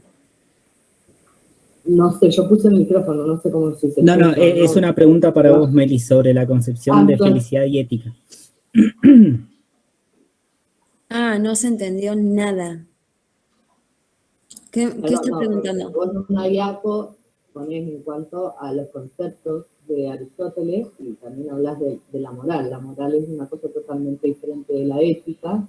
Entonces, yo sé que Aristóteles tomaba, digamos, la felicidad, el estado de bienestar, como la ética del ser humano. Y por ahí se puede llegar a confundir con la diapo que si bien explica bien lo que es el concepto de moral, que no se que no se confundan, digamos, o cómo lo toma la profesora, esa es la pregunta. Por ahí cuando dice el tema de las virtudes morales. Exacto. Sí, puede prestar a confusión. Pero sí, por ahí en vez de decir moral, hablar de virtudes intelectuales y virtudes morales va a ser más apropiado para hacer la definición de felicidades de Aristóteles y que no caiga en esta confusión que estás marcando, ¿sí? Porque así tal cual está en el texto. Pero, perdón, pero en el libro está detallado como una virtud intelectual. Cada profesor le va a dar una apreciación, pero lo que ustedes tienen que apuntar es lo que dice el libro o el práctico. Si yo me voy a poner a cuestionar lo que dicen o cada uno de los profesores, y me pego un corchazo y no termino estudiando nada, muchachos. No, en todo caso acá sería directamente sobre digamos, el texto, porque una virtud intelectual es una virtud moral, que no tiene nada que ver con la ética. Esa era mi pregunta, ¿viste? ¿Cómo lo ponemos? Porque es diferente una cosa que la otra. Esa es, digamos, a los fines a todos nos interesa probar, ¿no? A los fines justamente, como son dos cosas totalmente diferentes, de cómo ponerlo. Yo lo cerraría con, tal como lo define Aristóteles, esta cuestión de que felicidad es vivir una vida virtuosa. Una vida virtuosa que apueste o que busque el desarrollo de las virtudes intelectuales y morales.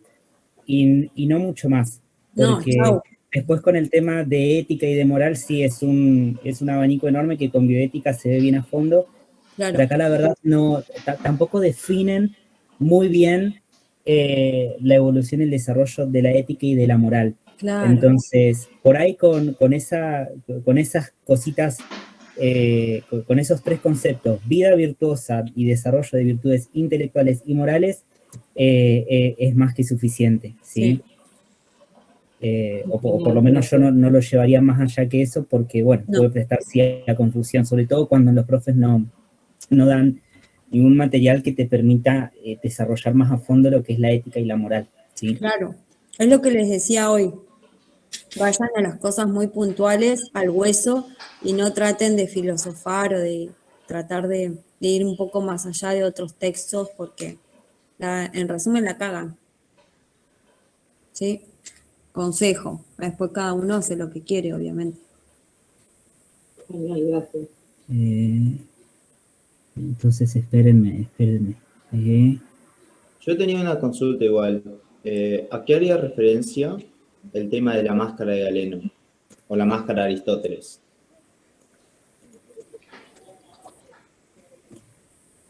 Ahora empieza Gastón y te va a contar un poquito de lo que se trata eso. Dale, perfecto. Sí, ahí está. Ahí pueden ver bien. Divino. Las dos pantallas, o sea, las dos salas de chat. Acá se ve piola. Sí. Bueno, espero que en la otra sala también. Bueno, sí, en realidad el tema de máscara de Galeno lo va a desarrollar bien Mica cuando hable del texto de Rodríguez, pero concretamente es un concepto que vamos a empezar a trabajar un poquitito más ahora, a partir de esta transición que se hace a la Edad Media, donde la máscara de Galeno básicamente era la forma en la cual los médicos durante la Edad Media podían justificar sus prácticas médicas. Porque vamos a ver ahora que durante la Edad Media, y vuelvo a repetir, Mica lo va a desarrollar mucho más, porque el texto de Rodríguez va más para ese lado, pero durante la Edad Media había, debido a la misma cosmovisión mágico-religiosa, ¿sí? La misma cosmovisión que regía la sociedad medieval, todo lo relacionado a los descubrimientos hipocráticos y a la forma de hacer medicina eran desaprobados porque no tenían un sustento justamente de tipo religioso, ¿sí? No tenían un sustento que pusiera a Dios o a Cristo como el originante de ese conocimiento. Entonces, los médicos de la Edad Media hicieron una gran cantidad de descubrimientos. Justo hay un texto muy lindo que ya no está lamentablemente, pero que hablaba de todos los descubrimientos médicos de la Edad Media, en cuanto a prácticas y a medidas terapéuticas que se descubrieron ahí, pero que justamente como había una gran presión por parte de la Iglesia y del Estado que se resistía a aceptar esos conocimientos médicos como válidos, los médicos de la Edad Media justificaban todos esos descubrimientos que hacían de manera oculta, diciendo que eran un descubrimiento de Galeno de Pérgamo. Entonces, se empieza a hablar de la máscara de Galeno justamente cuando los médicos de la Edad Media utilizan el nombre de Galeno para enmascarar a el autor de sus propios descubrimientos. Y lo enmascaraban porque la misma Iglesia desaprobaba y no autorizaba dichos descubrimientos y dichas prácticas, porque justamente no coincidían con el paradigma mágico religioso. Como digo, es algo que va a desarrollar Mica, pero con estas 2 o 3 palabritas se entiende un poquitito el concepto y a lo que hace referencia. No sé quién había preguntado. Porque acá es cuando me queda claro. La autopsia, ¿verdad? Exacto. Con la autopsia fue maravilloso porque, digamos, el descubrimiento y la profundización de los conocimientos de anatomía fue espectacular. Como había tanta presión en cuanto a la negativa para abrir los cuerpos por parte de la Iglesia, y bueno, justamente los médicos optaban por decir, no, bueno, este descubrimiento, este nuevo conocimiento no es mío, sino que es de Galeno, y de esa manera zafaban por ahí de ese castigo o de esa represión que venía por parte de la Iglesia y del Estado, ¿sí? Pero bueno, por eso digo que toda la parte esa de la autopsia lo va a desarrollar bien Mica, pero bueno, quería darles esa introducción. ¿Se entendió un poquitito, al menos? Sí, se entendió. Sí, ok. Bueno, voy a empezar a compartir yo, ¿sí? Perdón, Gastón, te hago una consulta. Sí. Porque en realidad las primeras autopsias las hace Aristóteles, primero con animales y después con los humanos cuando pide el permiso. Pero nosotros lo tomamos como desde ese momento, ¿verdad? Sí, eso está bien, sí. Después, por ahí, si se quiere, la mirada más negativa a la autopsia va a servir de justificativo para poder hablar de la máscara de Galeno en esta época. Pero sí, datan de antes las autopsias, sí, totalmente. Gracias. No, por favor. Bueno, yo voy a hacer el intento de grabar, a ver si me sale.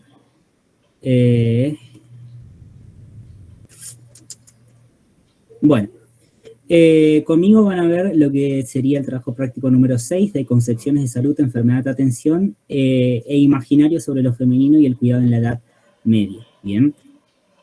Este trabajo práctico incluye a 2 autoras. Una es Marcela de Vener, que justamente hace referencia al último capítulo del libro del cual les estaba hablando Meli hace un rato, y después es Bárbara, de un apellido medio complejo, Ehrenreich, que justamente nos va a hablar de cuál era cuáles fueron los hitos principales que se dieron durante la caza de brujas, ¿sí? Que van a ayudar a entender esta concepción de lo femenino durante la Edad Media. Bien, ¿qué consideraciones importantes nos presenta Marcela de Vener en este último capítulo? ¿Están pudiendo ver bien la presentación? Sí, se ve. Sí, un bien, poco chico, buenísimo. pero se ve. Sí. Sí, bien. Entonces, ¿qué consideraciones importantes nos da Marcela en este último capítulo? Por un lado, nos da un hecho histórico importante, que es el nacimiento de Cristo, que se da en el siglo III, y a partir del siglo I después de Cristo empieza a pasar todos los acontecimientos que vamos a empezar a relatar ahora. El cristianismo, como tal, va a considerarse, según este texto, que nace en el siglo I después de Cristo, ¿sí? Y a partir de ahora empieza a desarrollarse todo un paradigma, lo que les decía antes, una forma de entender al mundo, una forma de incluso construir saberes, donde concretamente en cuanto a lo que es la medicina, va a empezar a correrse o a desaparecer o a desdibujarse esa figura del médico artesano hipocrático que estaban conversando hace un rato con Meli, y va a empezar a colocarse a Cristo como médico, como principal ente que puede producir la sanación y también la enfermedad en el hombre. Y por otro lado, el enfermo va a empezar a teñirse, ¿sí?, de una máscara o de una visión que lo va a hacer verse como un pecador. alguien que cometió un acto impío, alguien que cometió un acto que se escapa a las buenas costumbres, alguien que cometió un acto inmoral y que como consecuencia de ese acto, ¿sí? de ese mal obrar, es que está atravesando la enfermedad. Y obviamente, la forma de curar, ¿sí? que antes veían que era el médico artesano, que utilizaba la teoría de los 4 humores, tratando de imitar los movimientos de la naturaleza y demás, también va a cambiar. Lo cual no significa que lo viejo se dejó de usar, ¿sí? Ahora les voy a explicar por qué. Entonces, la curación ahora va a ir de la mano de la redención, del arrepentimiento, de manera tal que aquel enfermo que está atravesando una enfermedad, aquel pecador, si se arrepiente de sus pecados, si justamente accede a la redención, va a obtener el perdón de Cristo y va a llegar hacia la curación. Esto esbozado tan simplistamente y tan sencillamente es justamente lo que caracterizó a la medicina y al obrar de los médicos durante este paradigma mágico religioso, ¿sí?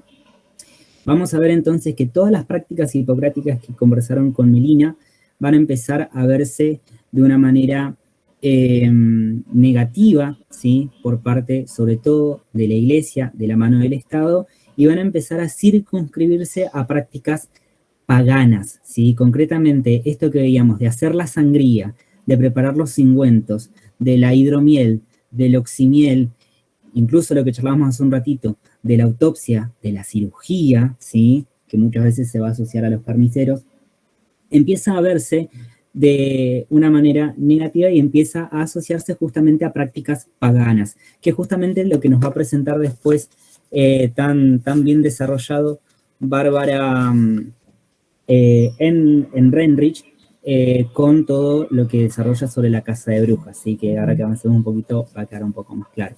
Entonces, esas prácticas hipocráticas no es que dejaron de realizarse, ¿sí? Por eso es que cuando el texto les dice que eran propias de los paganos, ustedes tienen que entender que la forma de ver al enfermo, a la enfermedad y a la salud cambia, pero la práctica médica, la práctica hipocrática sigue desarrollándose, pero circunscrita por ahí más a pequeños grupos o a los médicos hipocráticos que, ahora vamos a ver cómo fue la práctica de la medicina, que por ahí hacían estas prácticas, pero por el miedo a la represión, a la desaprobación y a que no coincida esa práctica con un sustento o una justificación mágico-religiosa cristiana, lo hacían de manera oculta, justamente para evitar ese encontronazo o ese choque con la mirada religiosa por parte de la Iglesia, ¿sí? Obviamente, el principal origen, hito, centro desde el cual van a nacer la enfermedad va a ser el demonio, el diablo, ¿sí? Va a empezar a nacer la concepción entonces de que cualquier acercamiento con esta entidad va a ser suficiente para justificar la enfermedad en cualquiera de sus formas, ¿sí? Entonces, lo que empieza a surgir en base a esto que venimos charlando es el nacimiento, o como bien les dice el texto, la instauración de una teología de la enfermedad. Y yo acá les puse lo que es la definición de teología para que ustedes puedan hacer justamente una analogía con lo que fue pasando durante esta época, ¿sí? Teología vamos a definirla justamente como una disciplina que estudia el conjunto de conocimientos acerca de Dios, sus atributos, sus perfecciones, ¿sí? Y más ampliamente al estudio de las creencias religiosas como dogmas, conceptos y otros, ¿sí? Entonces, ¿por qué decimos que se instaura una teología de la enfermedad? Porque esa enfermedad empieza a ser vista no solamente como un castigo divino, sino que también empieza a ser visto como una oportunidad para la redención, pero también para juntar, de alguna manera el texto dice, créditos para acceder a ese reino divino. Entonces, esta teología, esta disciplina que estudia el conocimiento acerca de Dios, aplicada en este periodo histórico a la medicina, justamente permite entender a la enfermedad como consecuencia de algo divino, ya sea un castigo, ya sea un pecado, ya sea un mal accionar, una actitud inmoral, lo que fuere, pero todo siempre va a volver a relacionarse con Dios y los atributos a los cuales se asocia a Dios, ¿sí?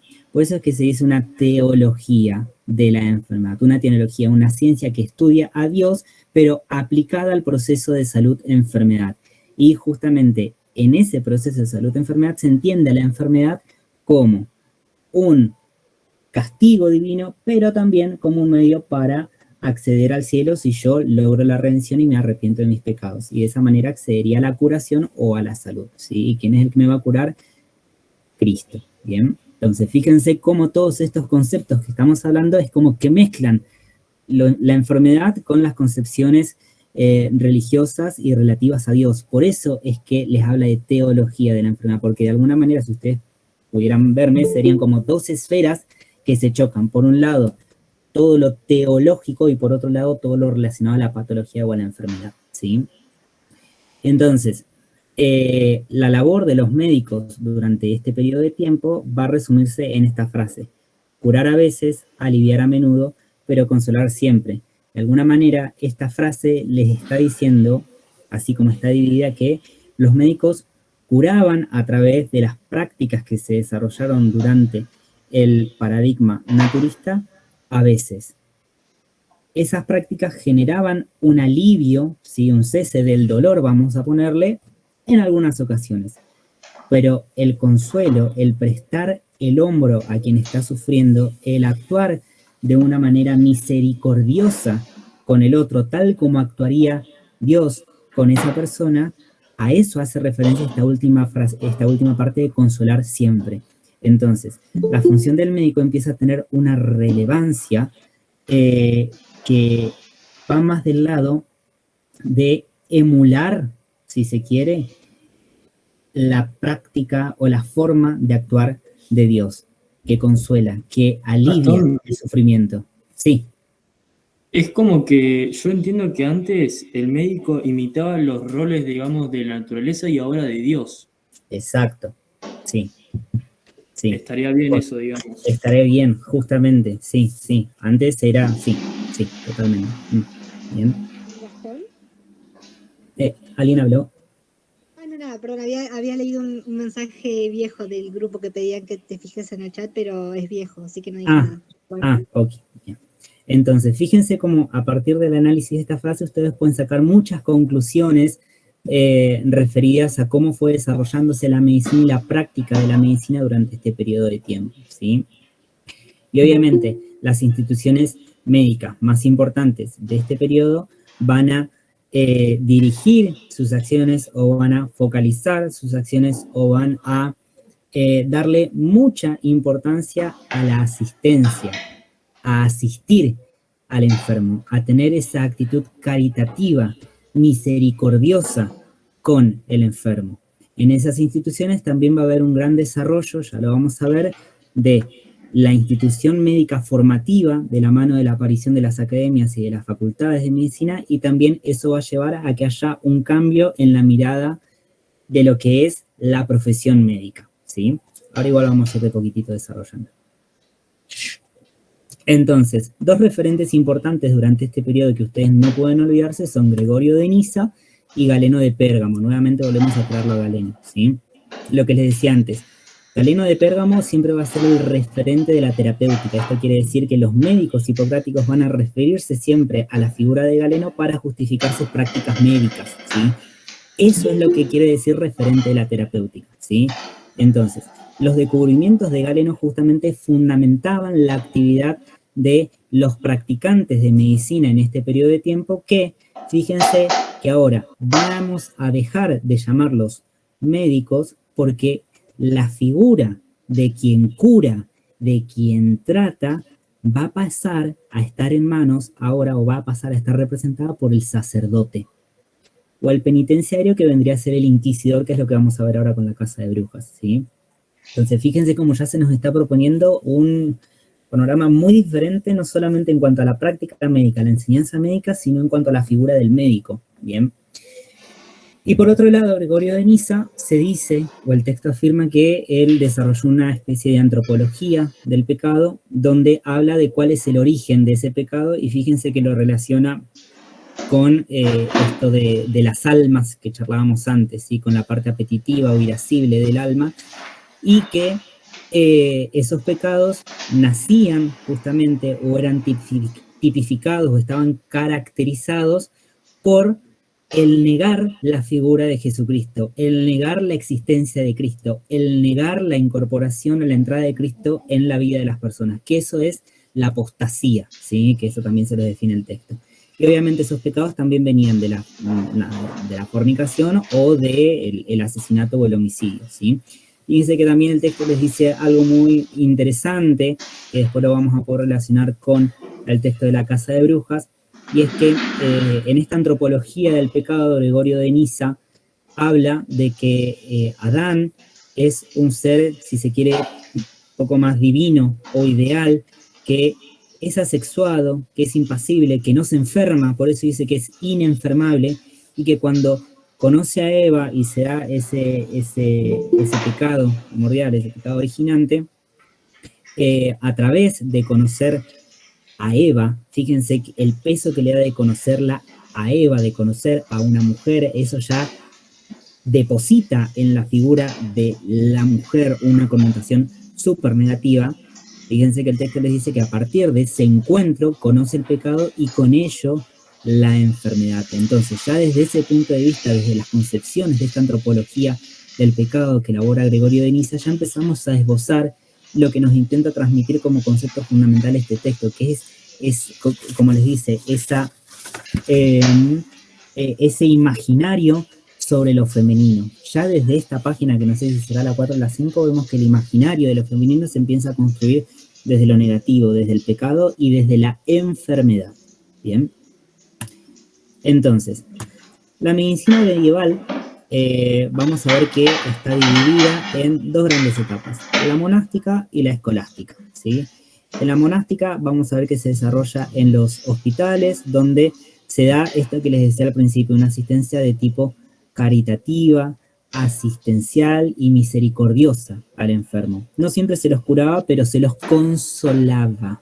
Fíjense la frase que decíamos antes. Curarse, ¿cómo era curarse? Se puede aliviar a menudo y consolar siempre. ¿Bien? Y después, luego del siglo V en adelante, hay otra etapa de desarrollo de la medicina, que es la que se llamó medicina o etapa escolástica. Y esa etapa escolástica tuvo a su vez dos momentos.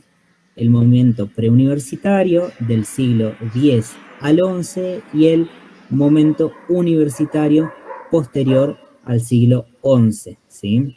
Donde fíjense que les dice que en este momento, en el universitario de la etapa escolástica, es donde quedan bien separadas, por eso les dice que se afianza una brecha, ¿sí?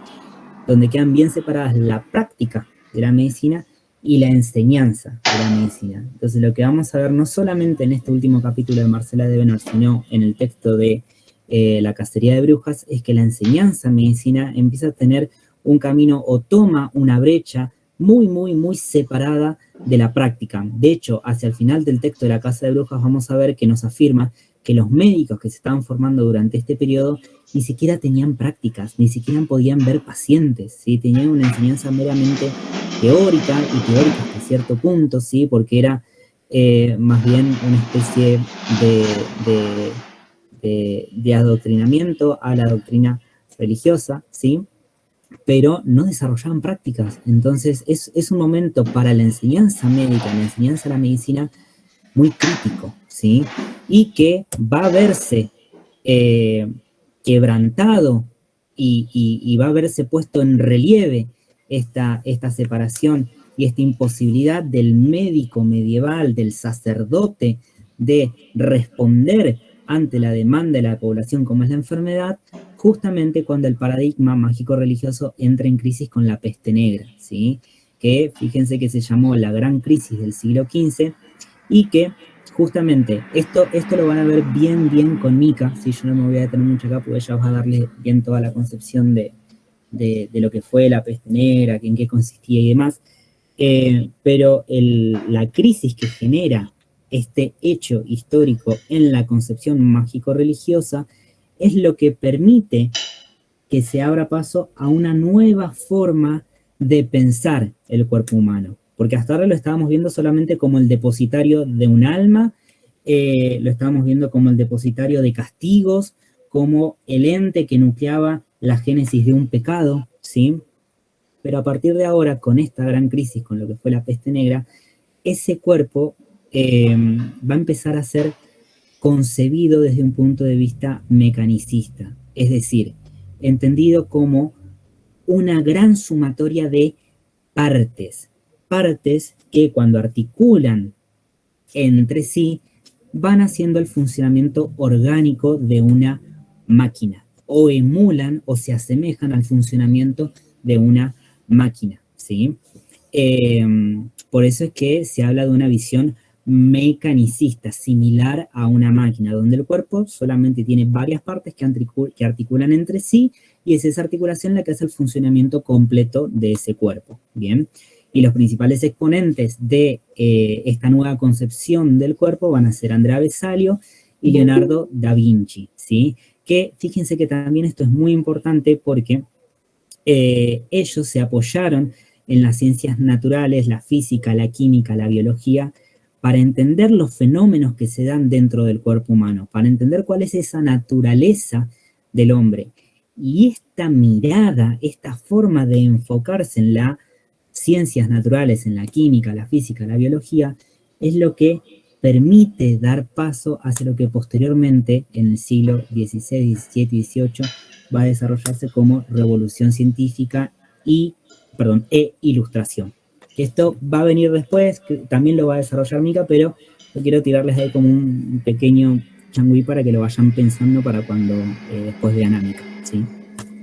Entonces, para concluir este capítulo de Marcela de Vener, algo muy importante que ustedes tienen que tener en cuenta es que esto que les decía cuando estaba dando clase Meli, que tienen que poder identificar no solamente los paradigmas que se van dando en cuanto a lo que es la medicina, sino también al rol o los diferentes roles que va teniendo el médico en cada uno de los paradigmas, y concretamente, hasta este punto, ustedes van a poder reconocer 3 modelos médicos, ¿sí? 3 formas de hacer medicina, de practicar medicina, ¿sí? Por un lado, van a tener la medicina hipocrática, que es lo que estuvieron desarrollando muy a fondo con Meli, ¿sí? Después vamos a tener el modelo de investigación anatomofisiológica, ¿sí? Que es ese médico investigador, activo, que va de la mano de esto que les decía, que se aboca más hacia las ciencias naturales, ¿sí?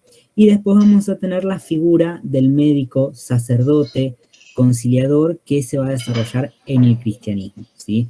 Entonces, estos 3 modelos, y es más, yo en realidad les diría que son los 2 modelos más importantes, son el de la medicina hipocrática y el del cristianismo, porque el modelo de investigación anatomofisiológica es como que está en el medio, o sea, los médicos hipocráticos, a partir de todo esto que se va desarrollando, empiezan a tener esa otra mirada más de investigar, más activa, y más volcada hacia los análisis y ensayos clínicos. Y por ahí con el texto de López Piñero también va a aparecer. Pero es importante que puedan identificar estos 3 modelos médicos hasta acá, ¿bien? O por lo menos hasta el siglo XVII, ¿bien? Entonces, eso es lo que nos expone Marcela de Vener. Es bastante sencillo, bastante práctico y no tiene muchas complicaciones, ¿bien? Ahora, en cuanto al texto de Bárbara Ehrenreich y Deidre English, no sé cómo se dirá, Deidre, que justamente se llama Brujas, Parteras y Enfermeras, lo que nos propone este texto es justamente analizar de a poquitito cómo era esa visión o esa imagen que tenían las mujeres en la Edad Media, y que obviamente va a estar atravesada por todas estas concepciones de tipo religioso que estuvimos conversando antes, ¿bien?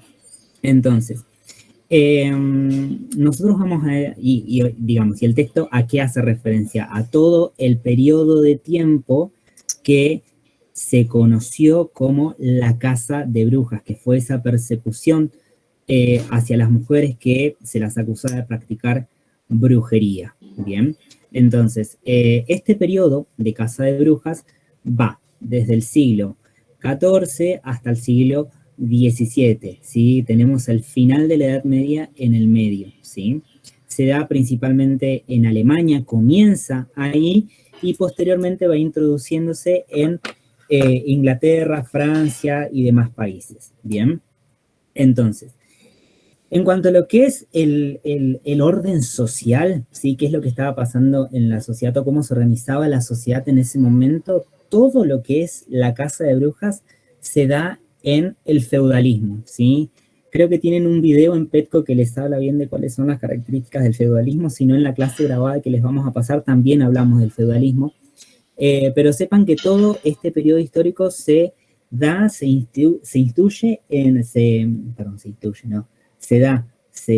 desarrolla en el medio de una crisis que atraviesa el feudalismo. Una crisis donde vamos a ver aparición de varios movimientos sociales importantes como el protestantismo, ¿sí?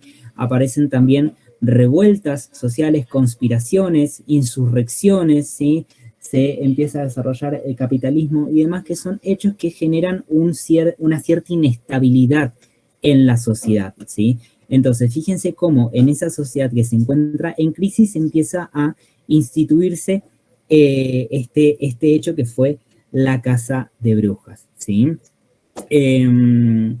De hecho, el texto les muestra que en algunas regiones, ¿sí? Se veía que la brujería era una expresión de la rebelión campesina, y que esa rebelión campesina representada por la brujería estaba encabezada por las mujeres. Entonces, fíjense cómo nos estamos nuevamente aproximando hacia una visión y un imaginario de lo femenino netamente negativo, ¿bien? De hecho, la figura de la bruja, que en realidad era una sanadora porque no eran nada más que mujeres que tenían un conocimiento en cuanto a la práctica de la medicina, adquirida de manera empírica, ¿sí? Eran justamente las mujeres que brindaban atención a las personas que vivían en el pueblo que no podían tener acceso a los hospitales, por ejemplo. Ustedes piensen que en esta época de tanta revuelta social, si se quiere, para ponerle un título, era muy difícil tener una organización social que permitiera, por ejemplo, el acceso a la salud irrestricto para toda la población, ¿sí? Solamente las clases más adineradas podían tener acceso a la atención médica, ¿sí? Y eran justamente las mujeres sanadoras que, como les digo, tenían este aprendizaje, estos conocimientos en cuanto a cómo sanar distintas dolencias, las que atendían al pueblo, ¿sí? Obviamente, ¿cómo se las veía a estas mujeres? No se las veía como sanadoras, se las veía justamente como brujas, y tenían una connotación negativa, porque eran, por un lado, pobres, analfabetas, eran campesinas, y obviamente, debido a que se las asociaba a líderes o a la figura que encabezaban las rebeliones campesinas, representaban una gran amenaza política, religiosa y sexual, no solamente para la iglesia, sino también para el Estado. Y lo que vamos a empezar a ver es que iglesia y Estado empiezan a tener una alianza tan fina que logra a través, logran a través de esa alianza instaurar un modelo médico netamente masculino, que excluía a las mujeres del acceso hacia la formación médica. Bien, entonces, obviamente, ¿por qué las perseguían a estas mujeres sanadoras? ¿Qué es lo que nos cuenta el texto? Bueno, esa concepción negativa que se tenían de la mujer sanadora tenía dos teorías.